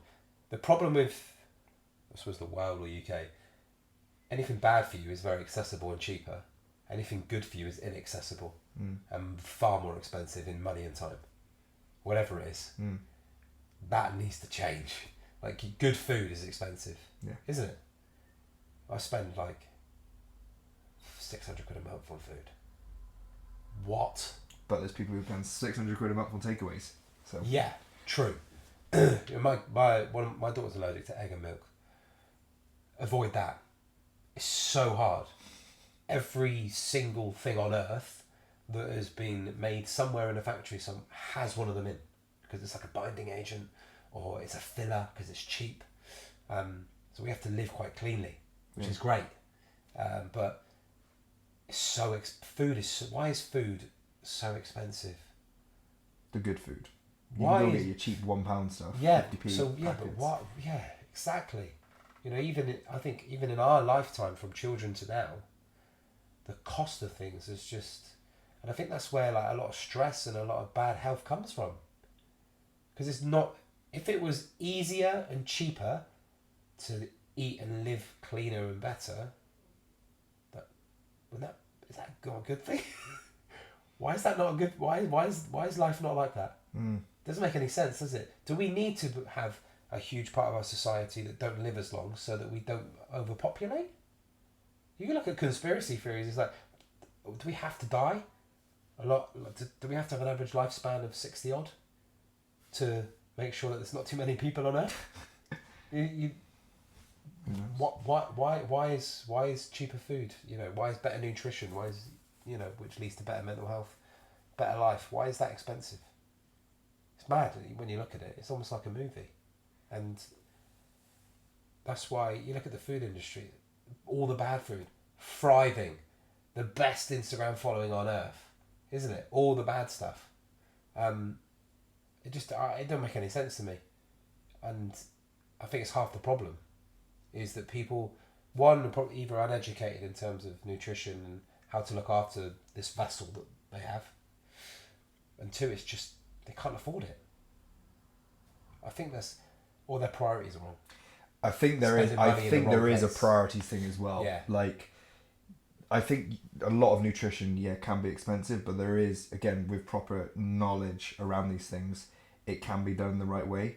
Like, for me personally, I might spend my weekly shop, for me, £70 a week, something like that, which I feel for most people on average income is affordable in a sense, as long as there's like not excess. If I was going out for meals all the time, so if I went back to Tom, who was drinking, buying bag, going out, partying, stuff like that, like, not going to be doable. Not going to be doable. Getting all that in, having that lifestyle and then buying all this diet is not really going to work, okay? Or it'd be a big waste of money. So I think, there's a priority thing that makes that lifestyle easier. Me coming away from that kind of lifestyle many moons ago to this now, I don't blink if it's £150 of food down at Lidl or something like that. Boom, tap the counter, let's go. It doesn't even hurt me whatsoever. I will spend whatever is needed there because of my priority to it. Fuel. If you said me go buy 200 grams of cocaine now, 200 kilos of 200 pounds of cocaine now, I definitely wouldn't. I just wouldn't. But you asked me 5-6 years ago, I'll do that, but I wouldn't spend £200 on a healthy shop down Lidl. No. You know. And there is a what is it? Yeah. Bad food is very accessible, isn't it? Yeah. I could sit here right now and get food to us in 15 minutes. That's really not good for us. For an okay price when you look at it as a one-off. And it's delivered. We do not need to leave this podcast. We do not need to leave the sofa. So we could sit, we could burn no calories, we could consume all the calories. Put some on TV if you want. And I think that's, again, technology has not helped, and everything is so accessible, isn't it? Like, you can get anything brought to your door now. And because good, healthy food can't keep, can it? You have to almost eat it there and then, so most of the good stuff you eat. Whereas, a burger and a bloody thing, it comes lukewarm, it's like, yeah, cool. Yeah. And you smash it. But it's silly as well, because we could order, say, Zephyr, great burger, burger and chips or something over here. Apparently the best in the UK. Apparently so. But we get it here in 30 minutes. Cool, pay for it. Yeah, we're spending, 15 quid each to get it here, £5 delivery. But we could make it actually faster next door. Yeah. I could make you a burger faster next door and have it, but it's like less than the processes is like, we've got to get up. We've got to stop what we're doing now. We've got to go start cooking. That's going to take energy and effort, but it's cheaper. It's more convenient. It's better for the short term and the long term. We pay. We are so lazy as humans. I am. I think that's why Amazon has done so well. Everyone has Prime. Anything the next day. Oh, and I get some free movies. Get on. Necessity. Necessity has created lazy humans, and it's not by choice, because everybody wants to be the best version of themselves. If you said, do you want to be the best version or the worst version, they're going to see the best. But necessity has created a real bad culture of, come to my door, I need to go out and get it. I don't even need to go shopping. I do online shopping. I don't go to a supermarket. Some guy brings it to my house. But I spend more if I went to the supermarket. So at the end of every aisle is bloody chocolate, it's sweets, it's Lucozade, you know what I mean? It's beer, and you end up spending 40, 50 quid more. Oh, let's buy one, get one free. Ideal. Like you just fall into that point of sale that they just chuck down your neck. I think like nutrition, I would say what I eat has been a enormous part of the change. I never used to eat like this. I've become somebody said to me about 4 5 months ago, try and eat like a dog. I was like, what are you on about? Well, they were like, think about it. A dog eats the same at the same time every single day, and they go running and they sleep and they drink water. Oh yeah. And not physically and literally running around on 4 legs, but the theory of a fit dog really resonated with me. Like, cool, so if I try and program myself to try and eat exactly the same, so I know what the calorie is, I know what I'm going to get out of it, I know the protein level that I need to hit, and do the same. So Monday to Friday in my office, I eat exactly the same at the same time. It's sad, but at the same times, I do it every to day the same value, every single day with the same bowl, same fork, same spoon. It's just a process I go through. I purchase it exactly the same time of the week on a Monday. As soon as the school run's done, I put it in the same places in the fridge. I put it in the same places in my drawers, and I think that it's been actually probably bigger than doing the physical stuff because it's allowed me to. I don't look at it for pleasure anymore. I look at it as a fuel. You don't tip water in your petrol car, do you? You put the good fuel in it. Yeah. You put the best you can. And I now look at this as an engine for me to get to and do what I want to do in life. Well, if you think about it, we aren't designed originally to look for food for pleasure. No. It's how we are now with an abundance of it. It is taught us it's for pleasure. Yeah. Okay, we can have these sweet things and stuff like that, and it dopamine and stuff like that to the brain. But we are made, thinking caveman days, stuff like that. It's food to survive and fuel. Yeah. That's literally what we run on. But I'm not a chicken and rice kind of guy. Like, I indulge. I eat. Like, I'll eat a family size dessert, no issues. But it's with moderation. Yeah. That's maybe 2 or 3 times a month. Whereas I think some people probably do it every day and go, oh, it was only a little something. Yeah. But like, if you looked at the calorie output of something that you need to do to overcome that thing you were eating, you definitely wouldn't do it. You wouldn't do the exercise, so therefore you shouldn't eat it. This is how my brain is now weirdly programmed. And it's a bit obsessive, but it's working. And Are you in a better physical, mental place for it? I'm accelerating. Yeah. And I'm accelerating at a good pace. Then it's a good obsession. Yeah. Like a few things just stuck with me. Someone said to me a few months ago, what are you made of? What are you talking about? You're made of water and meat. Like, you as a human, you're 60% water, you're quite a lot of meat and some bones and skin. When you just drink water and eat meat, it was like, yeah, okay. These stupid things stuck with me for some reason, but it makes so much sense. Feed it what it wants. You don't tip petrol in your plant at home, do you? We probably take better care of our house plants than we do our own physical bodies. Why do we love or our pets? We feed them the finest food, but we don't take care of ourselves. And I think that if you take care of yourselves, everything else improves. And I didn't realise it at the time. I seeked pleasure wherever I went, whether it's whatever I was drinking, eating, putting in my body. And I was lethargic, as I didn't realise it again at the time. Business, family, life, friends, everything's got better since I got fitter and started eating better. I don't eat super clean at all. I just eat better. Yeah. And I think people don't really realise that it doesn't take a lot. It's not expensive. I do 5 days of breakfast, snacks, lunch, coffees, water because I buy bottled for 36 quid. Because I buy the same stuff every day. So I know how much it is. £36 normally it is. That's 5 days worth. You do that in one day. Yeah. That could be our burger order. You do it in one day. So it's it's not. It takes me 20 minutes to do it. It all can sit in a fridge or a drawer. You know, there's no special place it's got to be. You don't have to prep it. So this is all stuff that's ready to eat. Yeah. By the way, this is just chuck in a bowl and eat it, or put some hot water in a porridge or whatever it may be, or microwave some eggs. Maybe we're just uneducated. Maybe more people just need to see a trolley full of food that costs 36 quid for 5 days worth of being able to eat at work all day. Because it's too easy to open the door, walk there, bang, and pick someone up for convenience. But it's not good. I think a lot of it is education. I think of it as also a lot of it. There's some people who are educated, but there's also belief around it as well. Yeah. Like I've worked with loads of people with eating disorders. Yeah. And I've worked with them to a point where I don't ever believe the disorder goes, but you just get better at dealing with it. So I ask these people like later down the line is like, what has been the factor in getting you here? And education has been a thing, and then their belief that, you know, it's not what they originally thought it was. You know, people who are already slim and in shape but thinking they're like fat and overweight, their belief in what they actually are and the belief in how the food's affecting them. Because some people know that they understand calories, they understand macronutrients, they understand meal timing. They could be very, very clued up on that, but their belief is they're fat. Yeah. And this is someone who is very lean, very vascular in shape, like is, you know, great and in shape and great in fitness.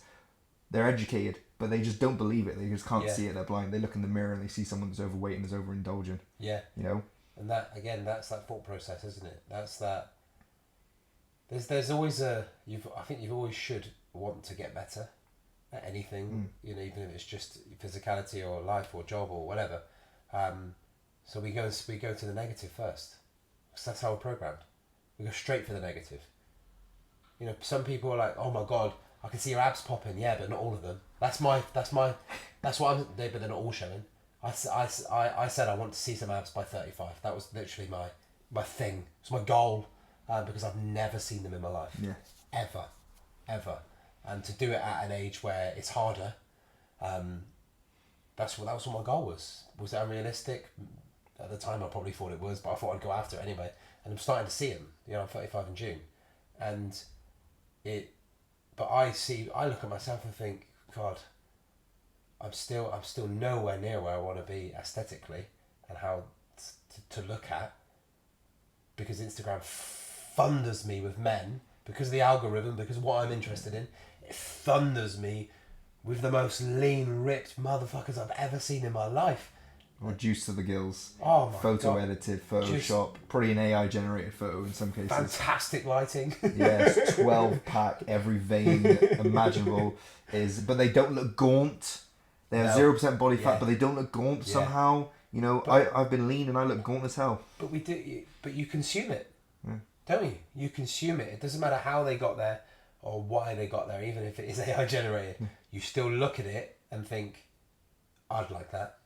We do, because we're consumers as humans, aren't we? We always look at things and that I would like that, and you question I question my own shape, my own fitness every day. Why? I don't know why. That's why I enjoy being a creative as well. That's what I kind of class myself as, because creating content, you know, as you do as well. It's like I feel because I'm putting something out there that is actually normal.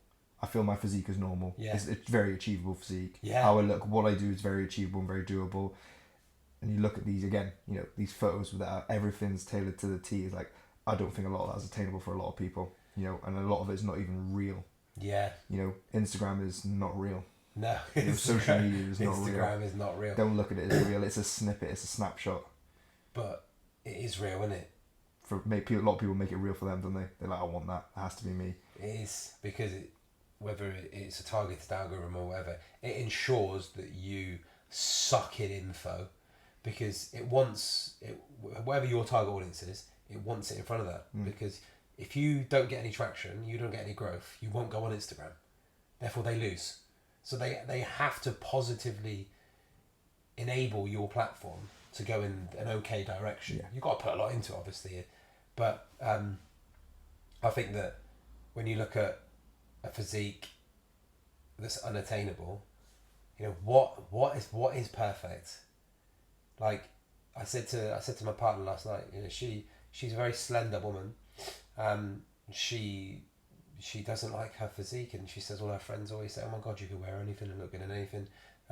She's just started like her gym journey now, and you know, I said one thing to her last night, that someone will always be looking at you, wishing they had what you've got, and it's really hard to believe that when you're in a space of, I want to get better, I want to do better, I want to look better, I want to feel better, but it's true.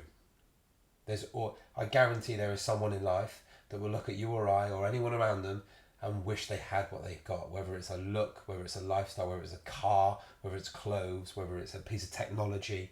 We're always wanting to attain, you know, there is no number one human in the world, is there? There isn't. It doesn't exist.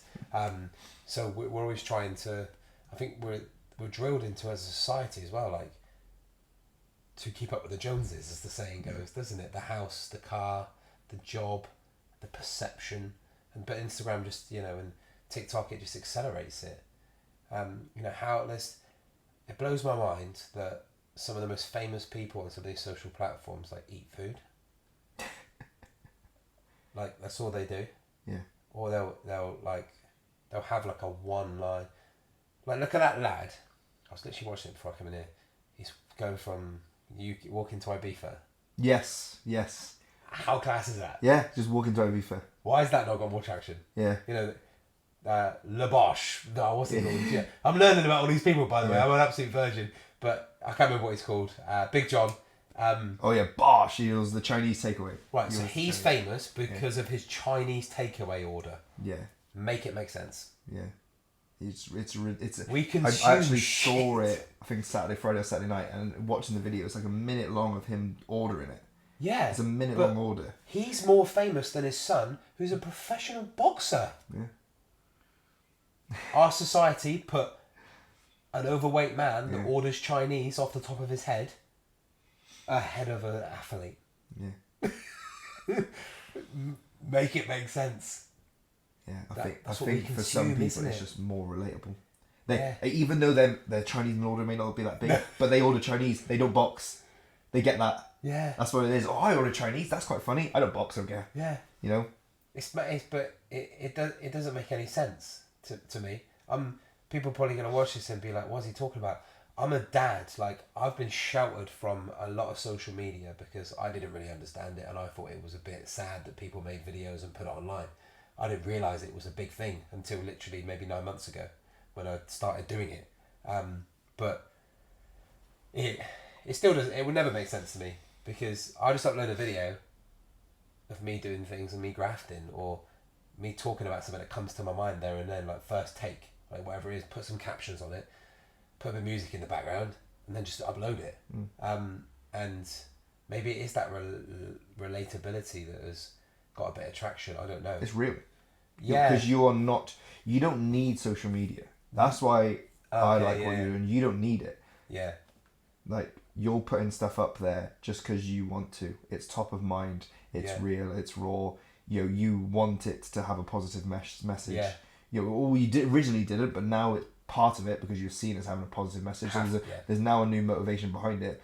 But like we said at the start, there's a lot of people, there's a monetary side to it as well. I post stuff on social media. I love being a creative. I love sharing stuff. I love making videos, skits and stuff like that. But obviously there's a part of mine that does promote my business and that as well. You can't apologise. That's how we do it.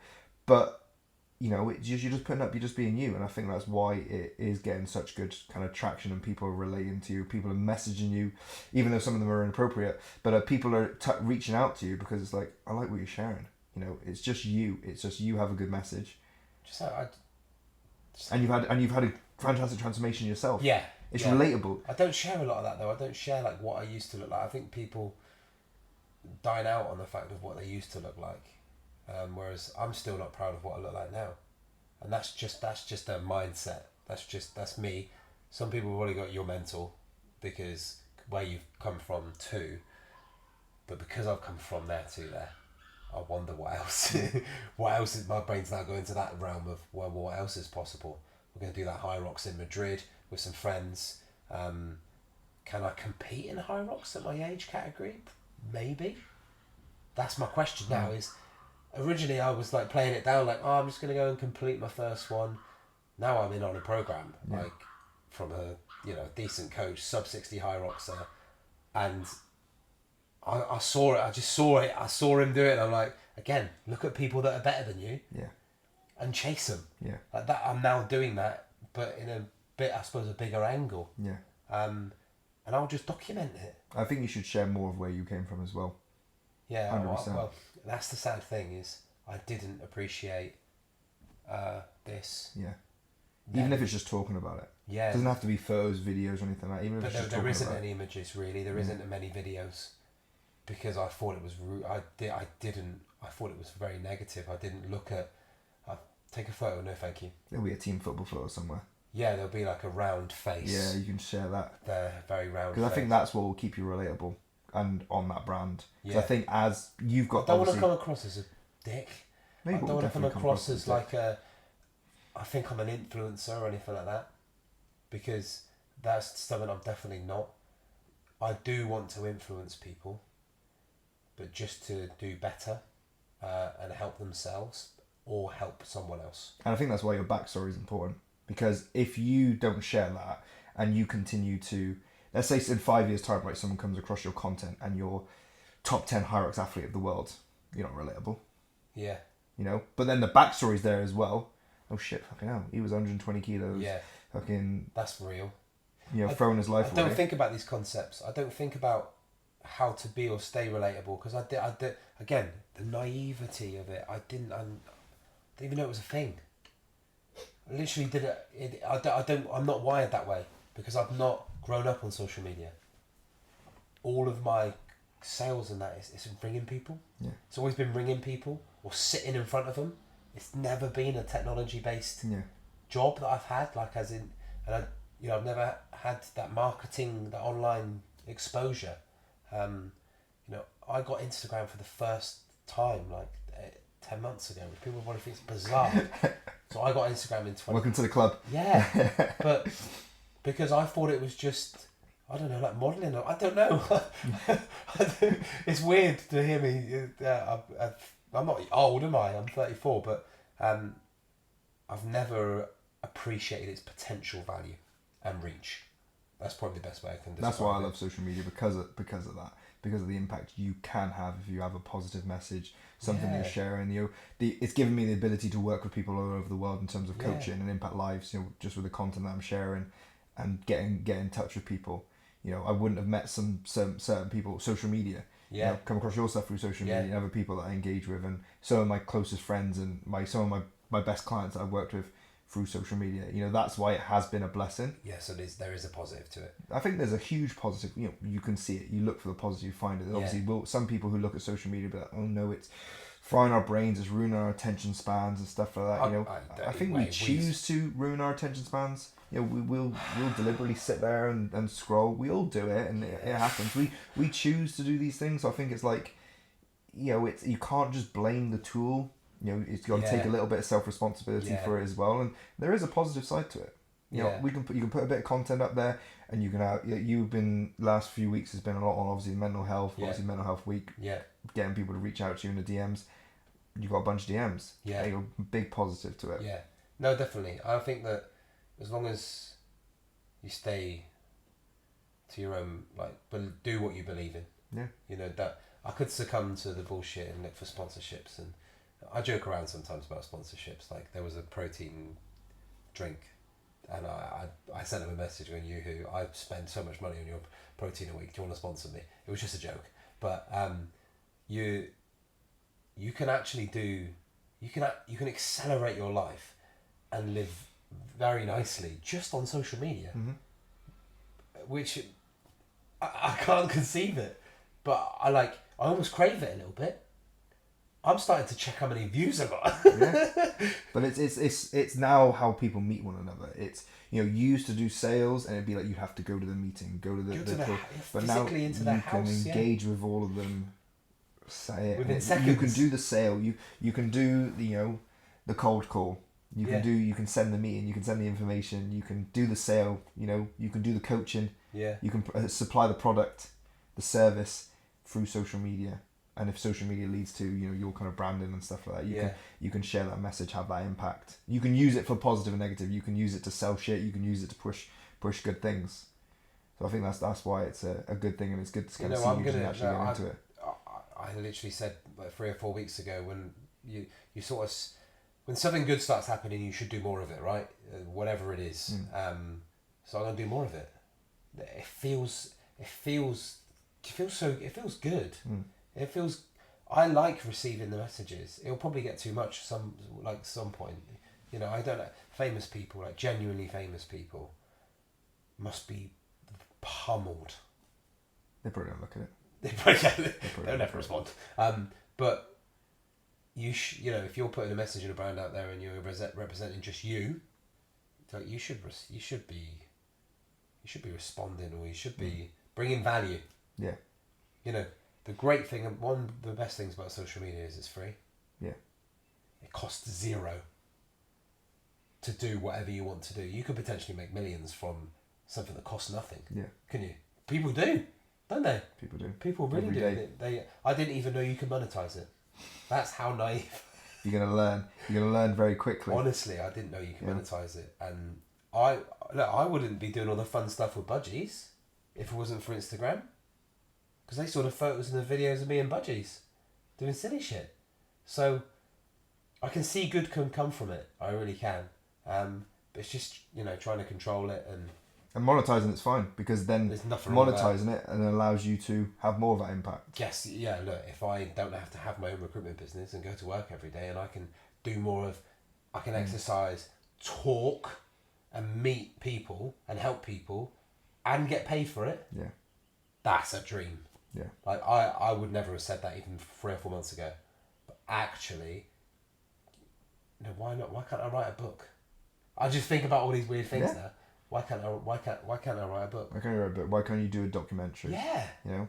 Like how far actually in the next, I would say 3 to 5 years, can I take my life just by documenting? Why can't you do a podcast? What I'm actually doing. Yeah. That's all I'm doing, is I'm filming what I do every day.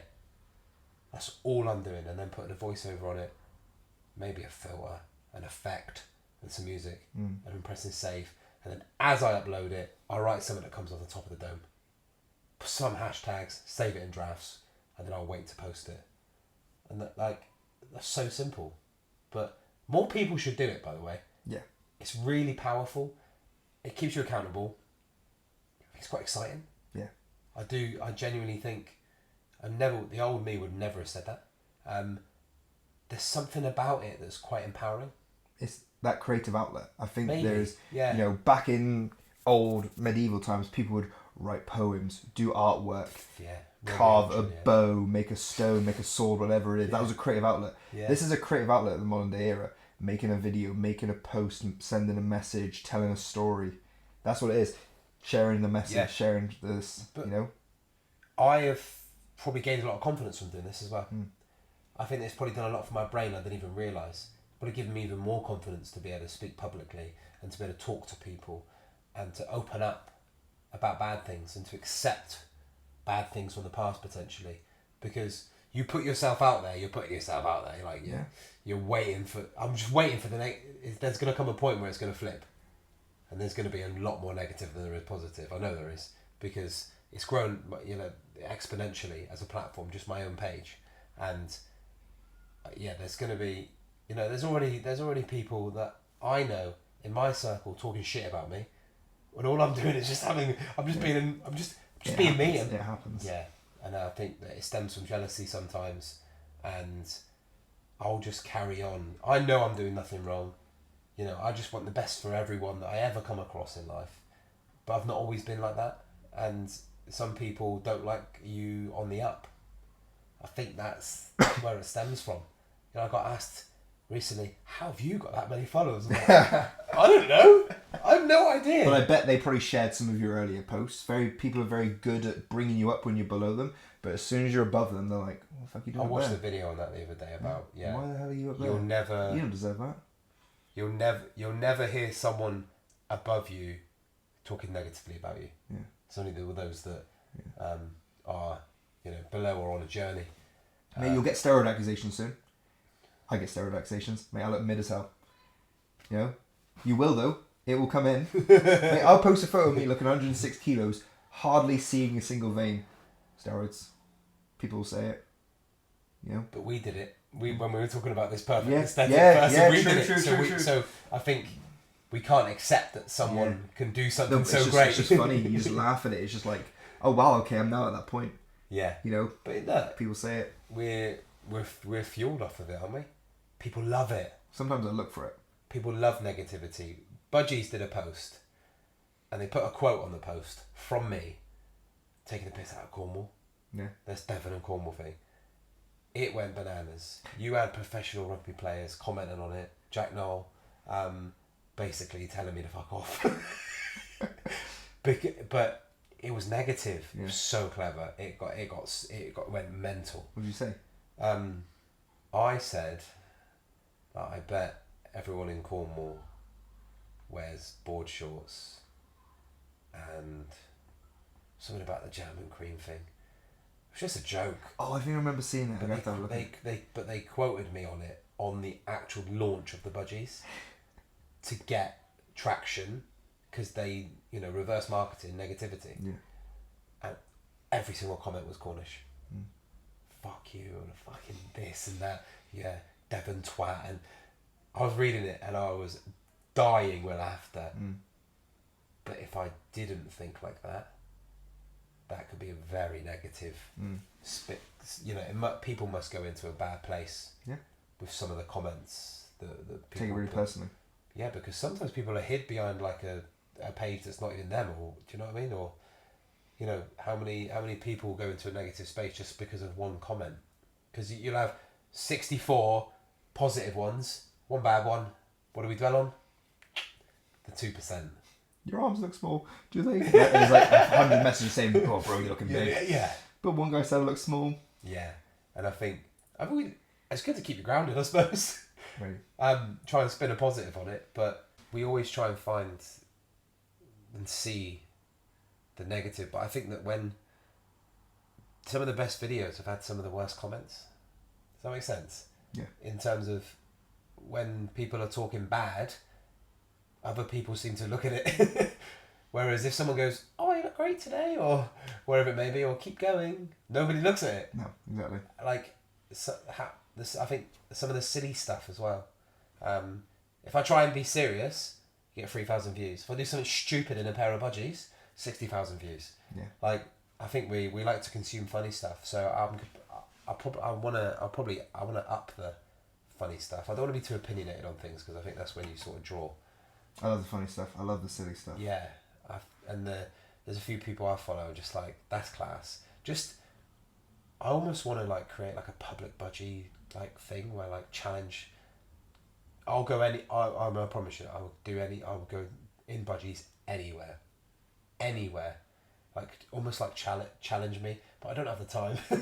I wish that I could have more of a fun aspect and actually do it like and monetize it. Like, I never thought I'd say it, but I'd love to be able to take my story and where I've come from and turn it into something a bit silly where it entertains a lot of people but also has quite a serious message in terms of don't be so serious. Tell you what, is a video idea. We'll go, budgies on, you go, budgies on, whatever it is. Find a local coffee shop, then it's good publicity for them as well. You're in there when it's busy. Hutong's busy. You're down there. You're ordering a coffee and your budgies. You're right in there, prime time. Funny you say that. That starts off. That's your video. So, me and Curly Gaz are doing something. There you go. So, there's a bloody good human being, Curly Gaz. I would never know who he is if it wasn't for social media. Yeah. So there's a positive. I speak to him nearly every day, just on not as Curly Gaz. As actually him, Gaz Packer, as his real name. Yeah, I used to do jiu-jitsu with him. Yeah. Yeah. So, but we had a conversation yesterday about his health. So he responded to one of my videos. Oh, I need to get back. No, I might do this, and he will confirm this conversation, and I can show you it. No mites, we're doing it. Yeah. You got some health complications. If you make your body in a better physical state, you got way more better chance of fighting whatever that thing may be. Yeah. Yeah. He's a good guy. He deserves to be in that. So, elite human being. He's funny. You need to surround more, but there's a real serious side to him. Yeah. You know, some of the stuff no one even sees the stuff he does. No one. They only see the good food reviews. The stuff he does for local businesses is mad. I get messages like, oh, can you and your friends go to this place because they're struggling? Can you go and have a coffee there? Absolutely, no problem. He's promoting people's businesses but not telling anyone. That's a great human being. What do you do when no one's watching? Like, that's a huge thing for me in terms of my growth. I did so many things when no one was watching, and I know other people don't. Because if you sat in at stickers, no one would ever know. If I chose not to go to the gym this morning, nobody's going to miss Sam's video because they don't know if I was there or not. Yeah. No one will have any idea. But there's a discipline. I think that how have you got to where you are from where you are? Discipline. It's that one word. Because it smashes everything else out of the water. Because you could be motivated, can't you? You could be motivated to do something. You don't have to do it. I'm motivated to become an influencer. I don't have to do it. Yeah. Yeah, I think discipline is, I turn up no matter what. No matter how I feel, how ill, how much I'm hurting, unless I've got a bad injury and can't physically do it. That's the only time I won't turn up. And if more people just drilled that into themselves and gave themselves an opportunity to do more things, everything around them would improve. I was explaining to a client the other day about my discipline and just like, switching on to things. When I need to make changes, it just happens. I just do it. And they were saying like, oh, if I could bottle that discipline up and sell it, be a fucking millionaire. It's finding a way to. There's a business idea. Yeah, how can we sell discipline, or how can we? So you just sell like a bottle of creatine, just call it discipline. Yeah, you will be more disciplined if you take this. Call it discipline, but just have it like a creatine shot. Because it's just creating placebo. It's just a placebo. Just a placebo. Drink discipline. I'm consuming this. You laugh. There's a crazier marketing theories out there. 100%. In there. Because, that in itself, tell me where you can go and buy a ready-made bottle of creatine right now. Tell me. A ready-made bottle of creatine? A ready-made shot of creatine. Oh, true. You probably couldn't have a ready-made shot of creatine now. Just created a business. Like one of those like little C4 like burst capsule thing that so nobody's ever done that, have they? Try to cut this bit out. No, I'm so serious. And this is where the best business ideas come from. Nobody's ever done that. Why has no one ever done that when it's one of the most consumed supplements on earth? And the most... It's powder form. Powder and pill they do, don't they? Yeah. Powder and capsule. Yeah, or a gummy. Or gummy. Which I don't think is properly dosed, in my opinion. So someone could... Shit. Why has no one done that? You could have a 10 milligram capsule, pre-made, flavoured. Flavoured? Liquid discipline. And call it discipline. And it's just creatine. Half the just ingredients is just creatine monohydrate. Yeah, creatine monohydrate and fucking 10% water or whatever, A little bit of cranberry juice. But in all seriousness, away from this. Why has no one ever thought of that? Why is no one... That is such a simple... And you could easily sell that because creatine sells itself. Yeah. Creatine's already done. Everyone else has already done the marketing for you, haven't they? But you sell a golden bottle and write discipline on it. Or it doesn't matter. Call it creating. Do you know what I mean? As in... Yeah. Entrepreneur. Ooh. Why has no one done that? Put it on a whiteboard somewhere. No, but... why has no one done that? Maybe just because it sells so well as it is, maybe people just don't think that. Maybe it's very cheap to produce in the powder form that it is, and people don't give a shit about scooping because they're going to scoop anyway. But necessity. Look at necessity. But you get people who spend so much on protein water. Protein, like you could go buy chicken breast, or what's the cheapest form of protein? It's probably some kind of bean or something like that. Okay, but people will spend so much money on a protein bar. Yeah. That's probably like... like £3 on a grenade. Like... From a shop. Yeah. You could buy like a can of beans for 15p. Yeah. Because it's not aesthetically pleasing. Yeah. It's not easy to consume. It does the same thing. Yeah. because you have to warm it up. You have to open it. And it's fucking beans. And it doesn't taste as good Yeah. as that cookies and cream. £3.50 grenade bar. Yeah. So again, it's necessity, isn't it? All comes back to necessity, aesthetics, what something looks like and tastes like. And because your favourite influencer buys them as well. Yeah. And eats them. Or they say they eat them, but they just get paid to post They a photo. definitely do, not you. Bottled creatine. Buy it from India, because that's where it comes from, mostly. Labs in India. It's very cheap. Get it bottled in India. There's something there. Yeah. How has someone not thought of that? We have to have a think. I have to have a look. No. It doesn't exist. It doesn't exist, because I would have purchased it. I would, because it does my head in. Yeah. It does my head in fucking every morning. And just the mess. Because I'm so lazy with it. And then you go to close the bag and it goes... And then there's powder everywhere. Do you know what I mean? There's all bad things to try and look after your body, innit? Bottled creatine. You literally would sit next to the C4, wouldn't it? Yeah, just right there. Next to it. At gyms. Trying to think of how you can make it, if there's even any smaller things that are out Well, it depends how you can get 5 to 10 milligrams there. Yeah. in a dose. You know, could it be something you bite? Even that's Well, because that's why they do the gummies, and I think the gummies you have to have a few to get the proper dose. because they can't put enough in. And when you probably have sweets like that, you don't just have one. You'll naturally have a few. So if you yeah. also train to a pack of Haribos and you grab a handful, Yeah. you're trained with your creatine gummies. Yeah. Like, I'll grab a handful Because it's sweets rather than creatine. Yeah. You're probably not, sweets, I'm not just going to have one gummy, am I? But those people don't want to do that. That conversation where you think of something new, something that doesn't exist, we both know that will do okay. You can make a living from that. Not a problem.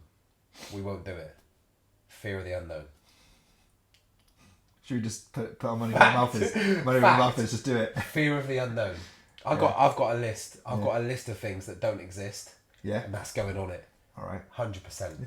There are so many things that people haven't done yet that make so much sense. Can you give us one? Anything that comes to mind? No. No, okay. No. Because like the one that sticks in my mind is a multi-billion-pound idea. Okay. That will literally save when I say the world, when you look at what's important right now, environment, like, and renewable energy and stuff like that, you know, we're running out of bloody water in the reservoir, whatever. It's all based around that. Alright. And I have these thoughts and ideas a lot, but this one is stuck. And I've told 3 people, so if it pops up, I know who told them. Those legs to break. Got to patent it. But I don't think we take enough risk in life. I think that's what I'll take from that part of our conversation there, is we're not willing to take a risk in life when we almost can't guarantee an outcome. That is very true. How many people thrive off delayed gratification? None. Because they don't know what is going to come in 6 months' time if they're doing this thing they're doing now. Yeah. Whereas, you know, when you look at makeup, for instance, instant gratification. A filter, instant gratification. Food, or not something that tastes nice, or instant gratification. Whereas delayed gratification, you know, I talk about it a lot when I coach in sales. Like, people don't understand the journey you got to go through to get to where you want to be. Whether it's a conversation, a process, whether it's physical, mental. We don't see the end. We see the now, and if I can't have it now, in probably the most necessity-driven society we've ever lived in, I ain't interested. Aren't we? If we can't have something now, we're not interested. Most of us. And I think that's driven from what we spoke about, all of this. Uber Eats, Amazon, all these big, very successful businesses that have made life easy. It's probably made us a bit soft. Yeah, definitely. Has it? Probably say that? We are a bit soft, I would say. We don't have to run around the plains anymore, hunting for our food. We don't have to hunt for it. I mean, God, we would never hunt for our food, but we'd all be dead. Fucking hell. Like, if... Majority of us would be. Imagine, right? Imagine the UK go, right, it's now obligatory that all young men have got to go in the military. Yeah. Oh, fuck. Yeah. Wouldn't do it. It wouldn't work. Because we all go, oh, no, I've got a bad back, or... Yeah. mental health problems or whiplash. And that's how you know that standards have dropped. You know, the conversation is But also, it seems like the bar has dropped. Like it's acceptable. Yeah. Yeah. Like it's more important to be sat in front of that than it is doing that. Yeah. We've lost that connection, haven't we? That emotional human connection, which is probably the most important thing on earth. Quite literally. We're here to reproduce, aren't we? We're here to connect. Yeah. Yet we spend more time disconnected. Look at the people who like live the longest. It's the people who live in those little Yeah. populations that are forced to connect. Not even forced, but that's just their natural ways they connect. The only thing they have. Yeah, they have society. They have their people around them. They have good tech. people. It's not the people who spend the time in front of their red light therapy and going to bed. It's the people that have people. Yeah. And have good people around them. Surrounded by that. I'd put that in my top 2 or 3 parts of my life. Good people. Not many, because you can't have too many. No, you can't. Because you're spread thin. I'd say 3 or 4 bloody good. And I know they are. They're bloody good people. You could take over a country. That's fucking... I was literally just about to say the Joey, you know Diaz exactly thing. what I was going to say. Was he, You could take over a fucking country. Yeah, you use 5 badass motherfuckers. You can take it. Mate, I see it all the That's time. where I draw that from. Yeah. Literally, that video resonates because you absolutely can. Yeah. You can do some unbelievable things with just 3 or 4 of you. You can. Whether that's creating a good group for people to join, whether that's creating a product, whether that's having a single conversation, 3 or 4 of you. You've got 4 different opinions, 4 different lives that have lived. You know, you could bring a lot to the table. I think sometimes we're obsessed with trying to get ourselves in front of people we don't know. The most important people we do know. Yeah. And like I'm trying to find that balance now. Is like I'd love strangers to follow me. That doesn't make any sense. Yeah. I'd love someone I don't know in Northampton to like my video. So we just need to find that balance. And I don't spend a lot of time. People probably look at it and go, "He must put some work into that." No, there's a load of tech behind it. Yeah. Loads of different apps that can produce it for you within 6 to 7 minutes. And all of it's just a tripod and a camera. Used to frown upon that. Gyms. Still some funny gyms out there, by the way. They need to get with the times. There are some gyms that... left behind. Yeah, there are some gyms that still have signs saying you can't film. And, okay, fine. Your audience may be older people. I'm not going to name the brand. But that is so backwards in the world we live in. Do not film inside my building and tag my building in your video that's going to go in front of thousands of people. The amount of gyms I've had block me for tagging them. It's just like don't go tagging. We don't want to be associated with this or anything like that. It's free publicity. Yeah. How else? Like you train a lot at Pantheon. Yeah. People that don't know what Pantheon is, they see your video. Yeah. Where does he train? Oh, tag. Oh, Pantheon. Oh, I live 10 minutes from there. Yeah. I like CrossFit. Lots of people don't know Pantheon's there. Yeah. It's so inconspicuous because it's an old like church. Yeah. And like I don't think it has to promote it. I don't think it has to push it because if you go, you go, and if you don't, you don't. It's that kind of community, and there's such a variety of humans there, from ex-military to older, to now younger, people learning, disabled. Like he's got a huge disabled following there, but not many people know there's a sauna, an ice bath. There's an actual gym there. It's not just a CrossFit box. Yeah. There's a phenomenal cafe there. Yeah. Really good food. I go there for jiu-jitsu. There's jiu-jitsu there, exactly. They have kids classes that go there just for any sort of exercise, and it's like some troubled kids from the community. Locally, they have it's a poorer area, so they there's flats opposite it. They come in and they just allow them to use the cafe just to meet. It's a good little hub. People don't even know it's there. No, I kind of like that though a little bit. I literally used to live, not the brown flats, there's a set of grey houses. I used to live in there, literally as it was getting built. I was like, what's going on there? Fucking gym open up there. But I tell you what, what Ben's created there and his team is, I thought I was going to go there for the first time and be belittled and be so out of place.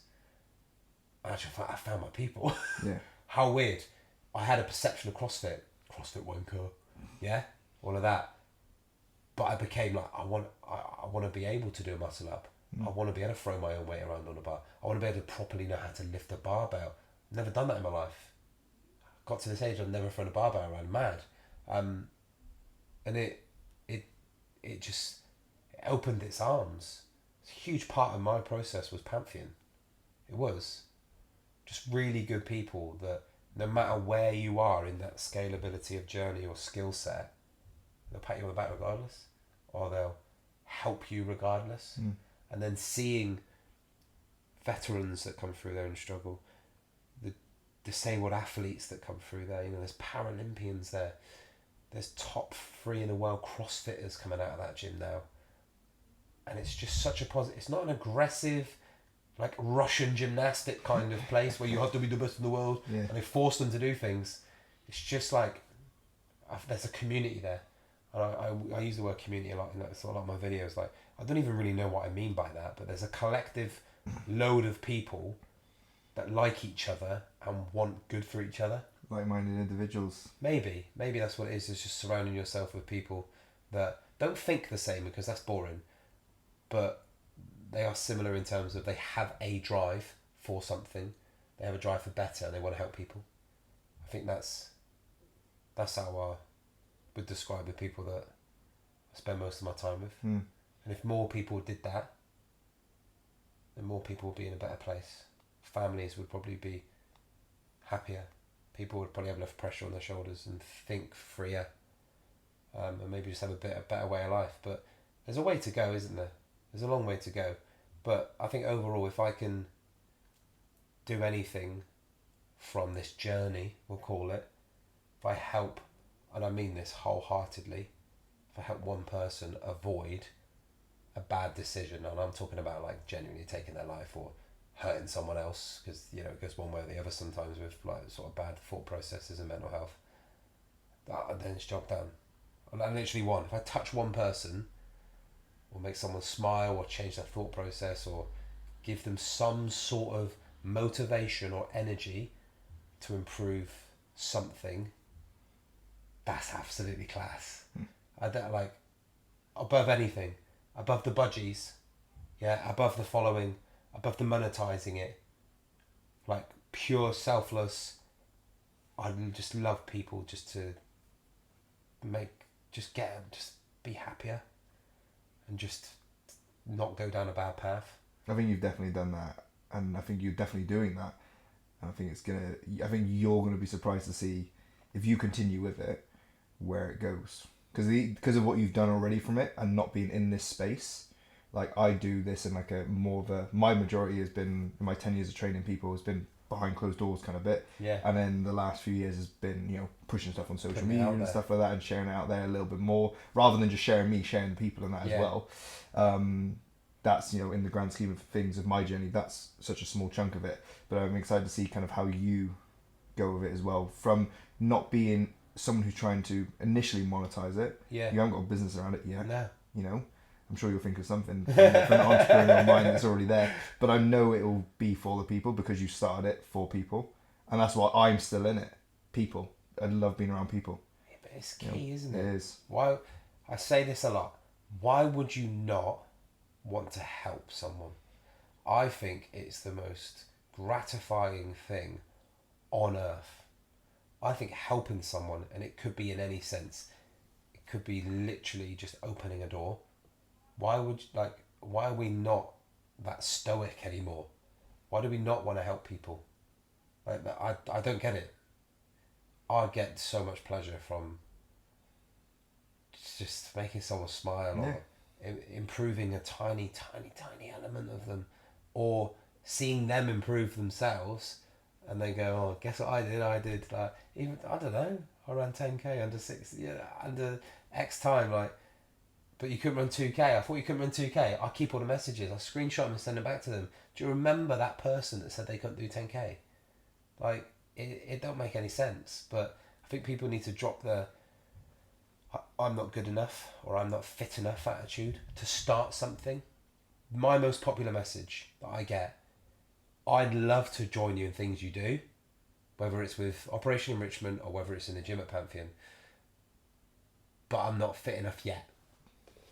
That's my most popular message. And it's more females than males, which is quite surprising to me. More women reach out for support and Yeah. help.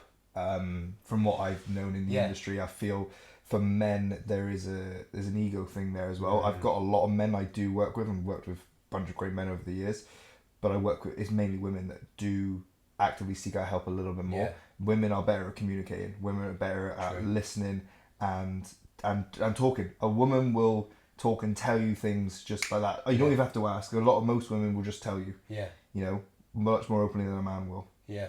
You Maybe know, a man give or doesn't- take. Yeah, maybe they don't want to admit that they're not fit enough. Yeah. If that makes sense, a Yeah. man, because it is an ego thing, isn't it? I think we're wired to be this. Especially for a man to message another man Yeah. and be like, I need help. Yeah. That can be a bit like an ego. But look, you'll see me. I say it.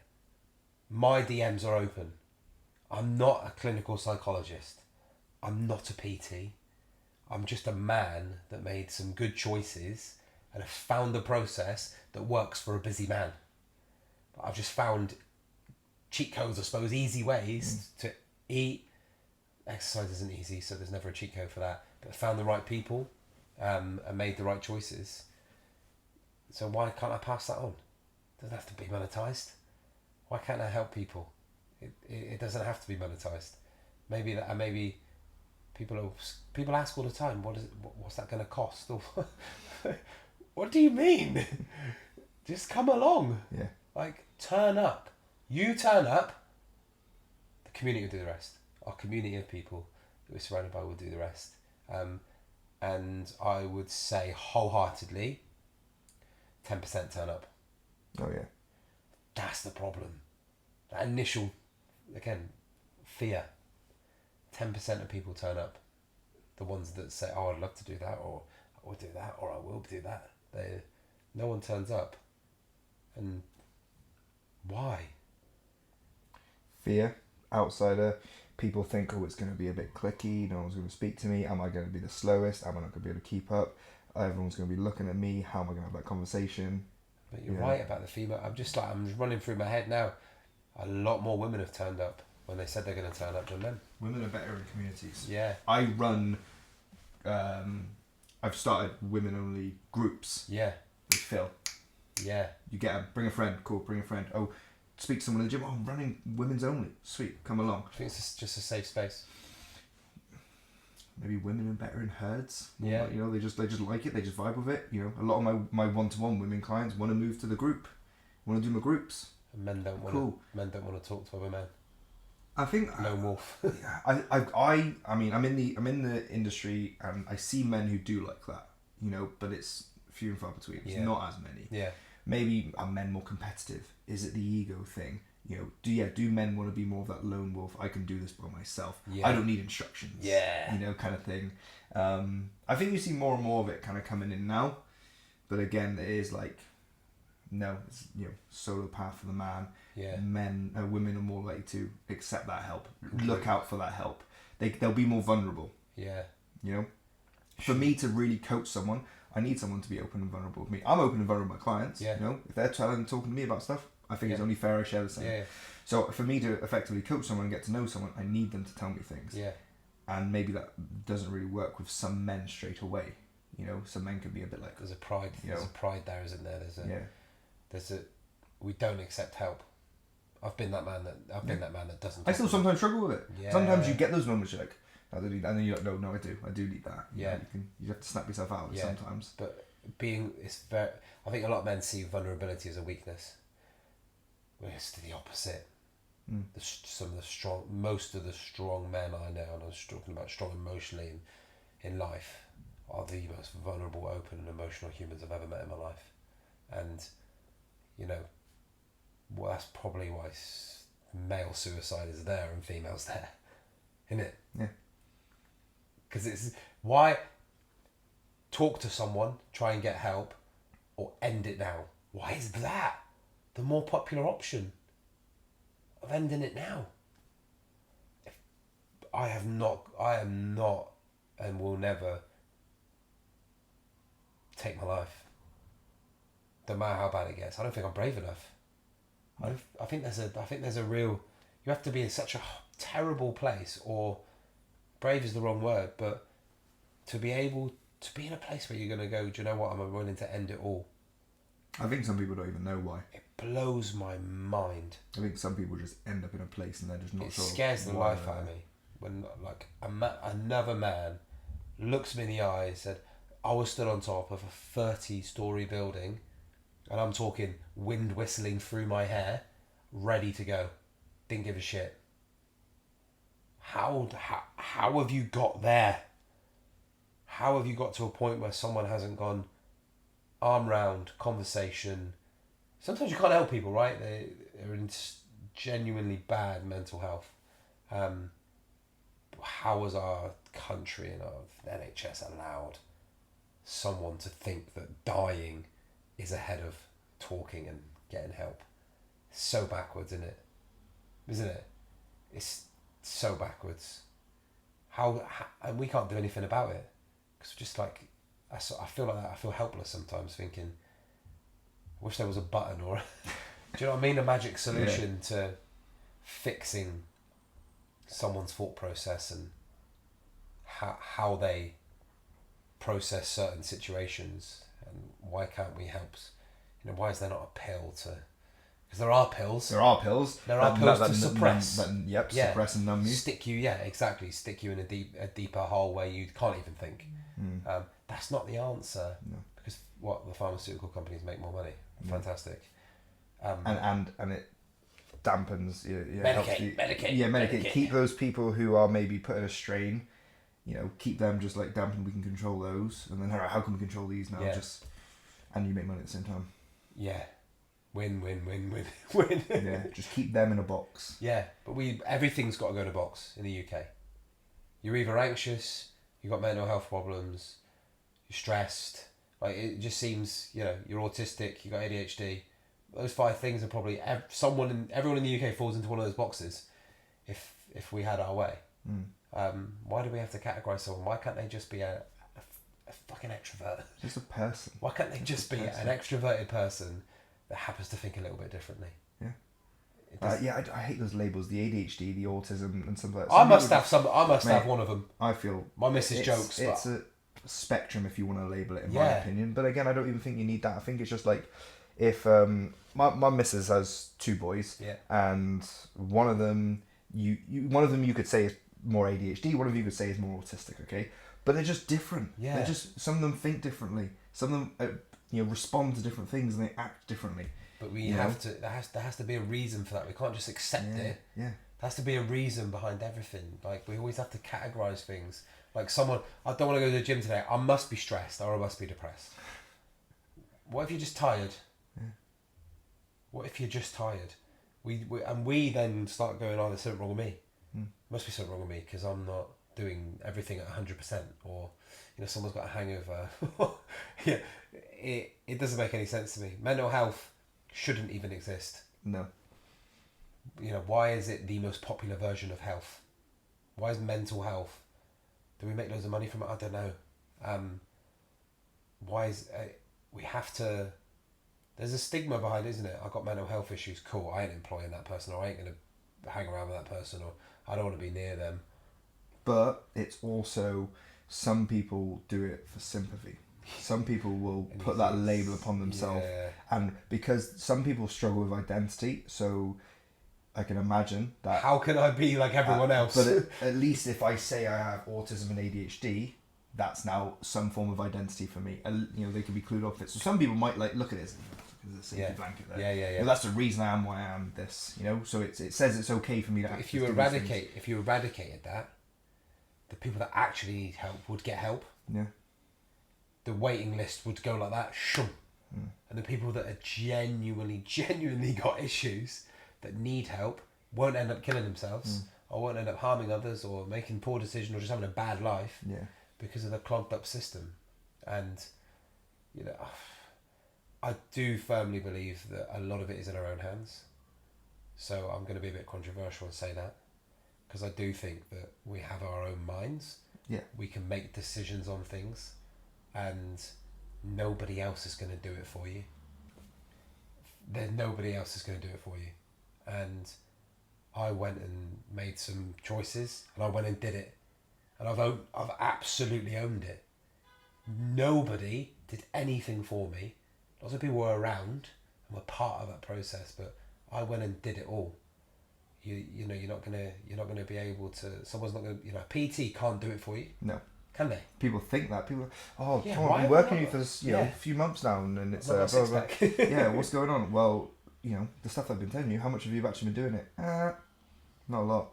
Well, unless you want to pay me to follow you around every fucking hour, it's going to get pretty pricey, you know? Yeah, but there's that discipline and accountability.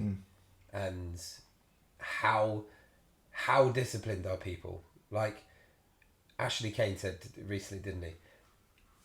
He looks at things like this. Will that improve my life or my health? Yes or no? No. It's gone. It's gone. That's how I live my life.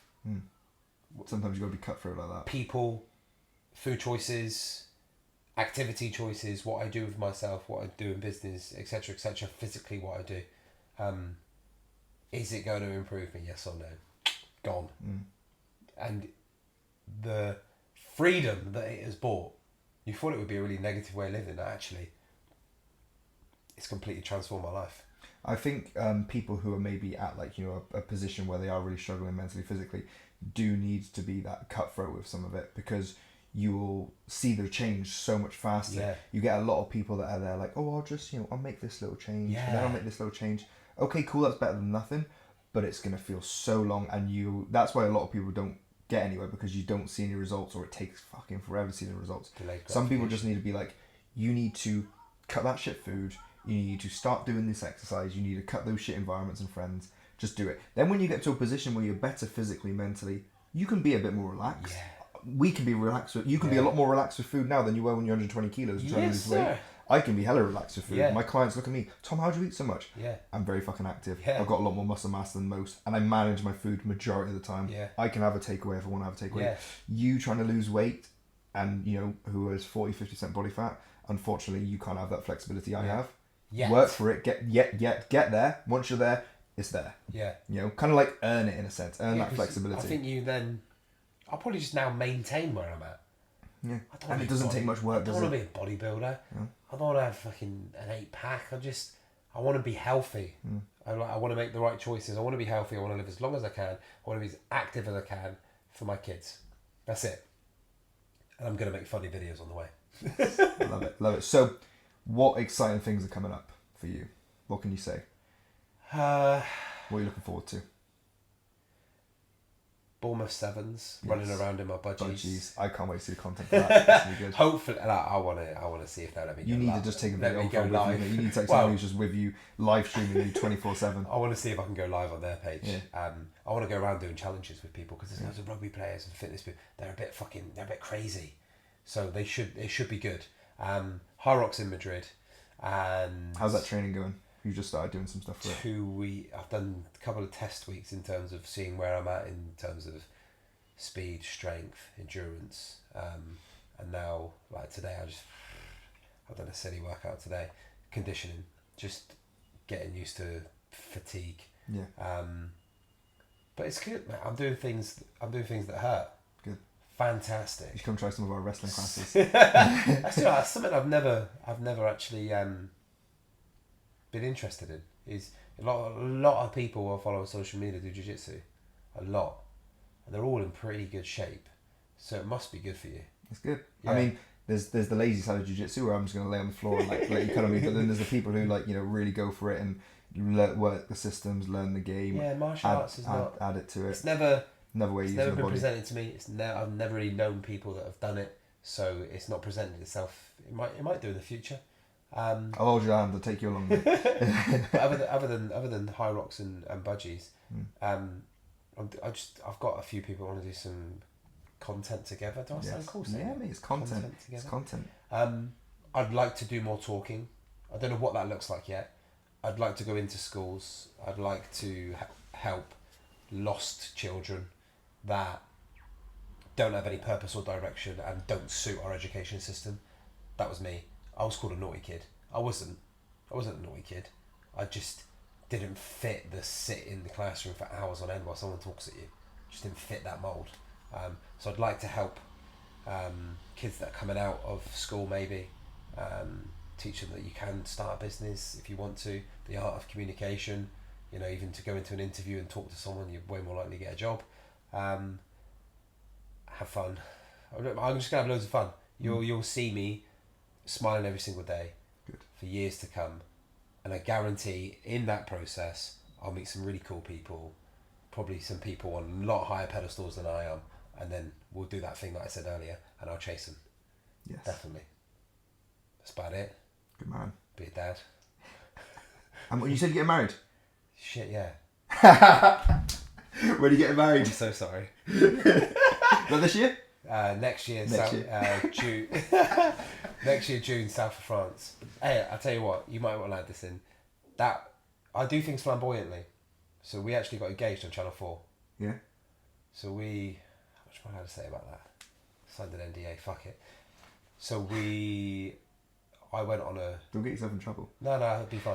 It comes out in August. I went on a TV show that tricked my partner not tricked her to getting engaged, because that sounds like she didn't want to get engaged. She thought she was on a different TV show. Okay, yeah. So me and my girls and her went on a TV show about Devon's Day Out. Okay. And Channel 4 were there filming the whole time. So come to our house, like, oh, learn about you as a family. Then we went to Burr Island for a day out. We then went to a 1920s style lunch, which all led up to that. I had a mermaid and everything on the beach that we hired for my girls, so there's some interaction there. It was cool for TV.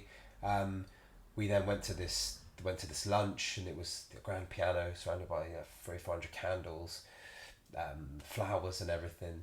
And the show turns out to actually be a proposal.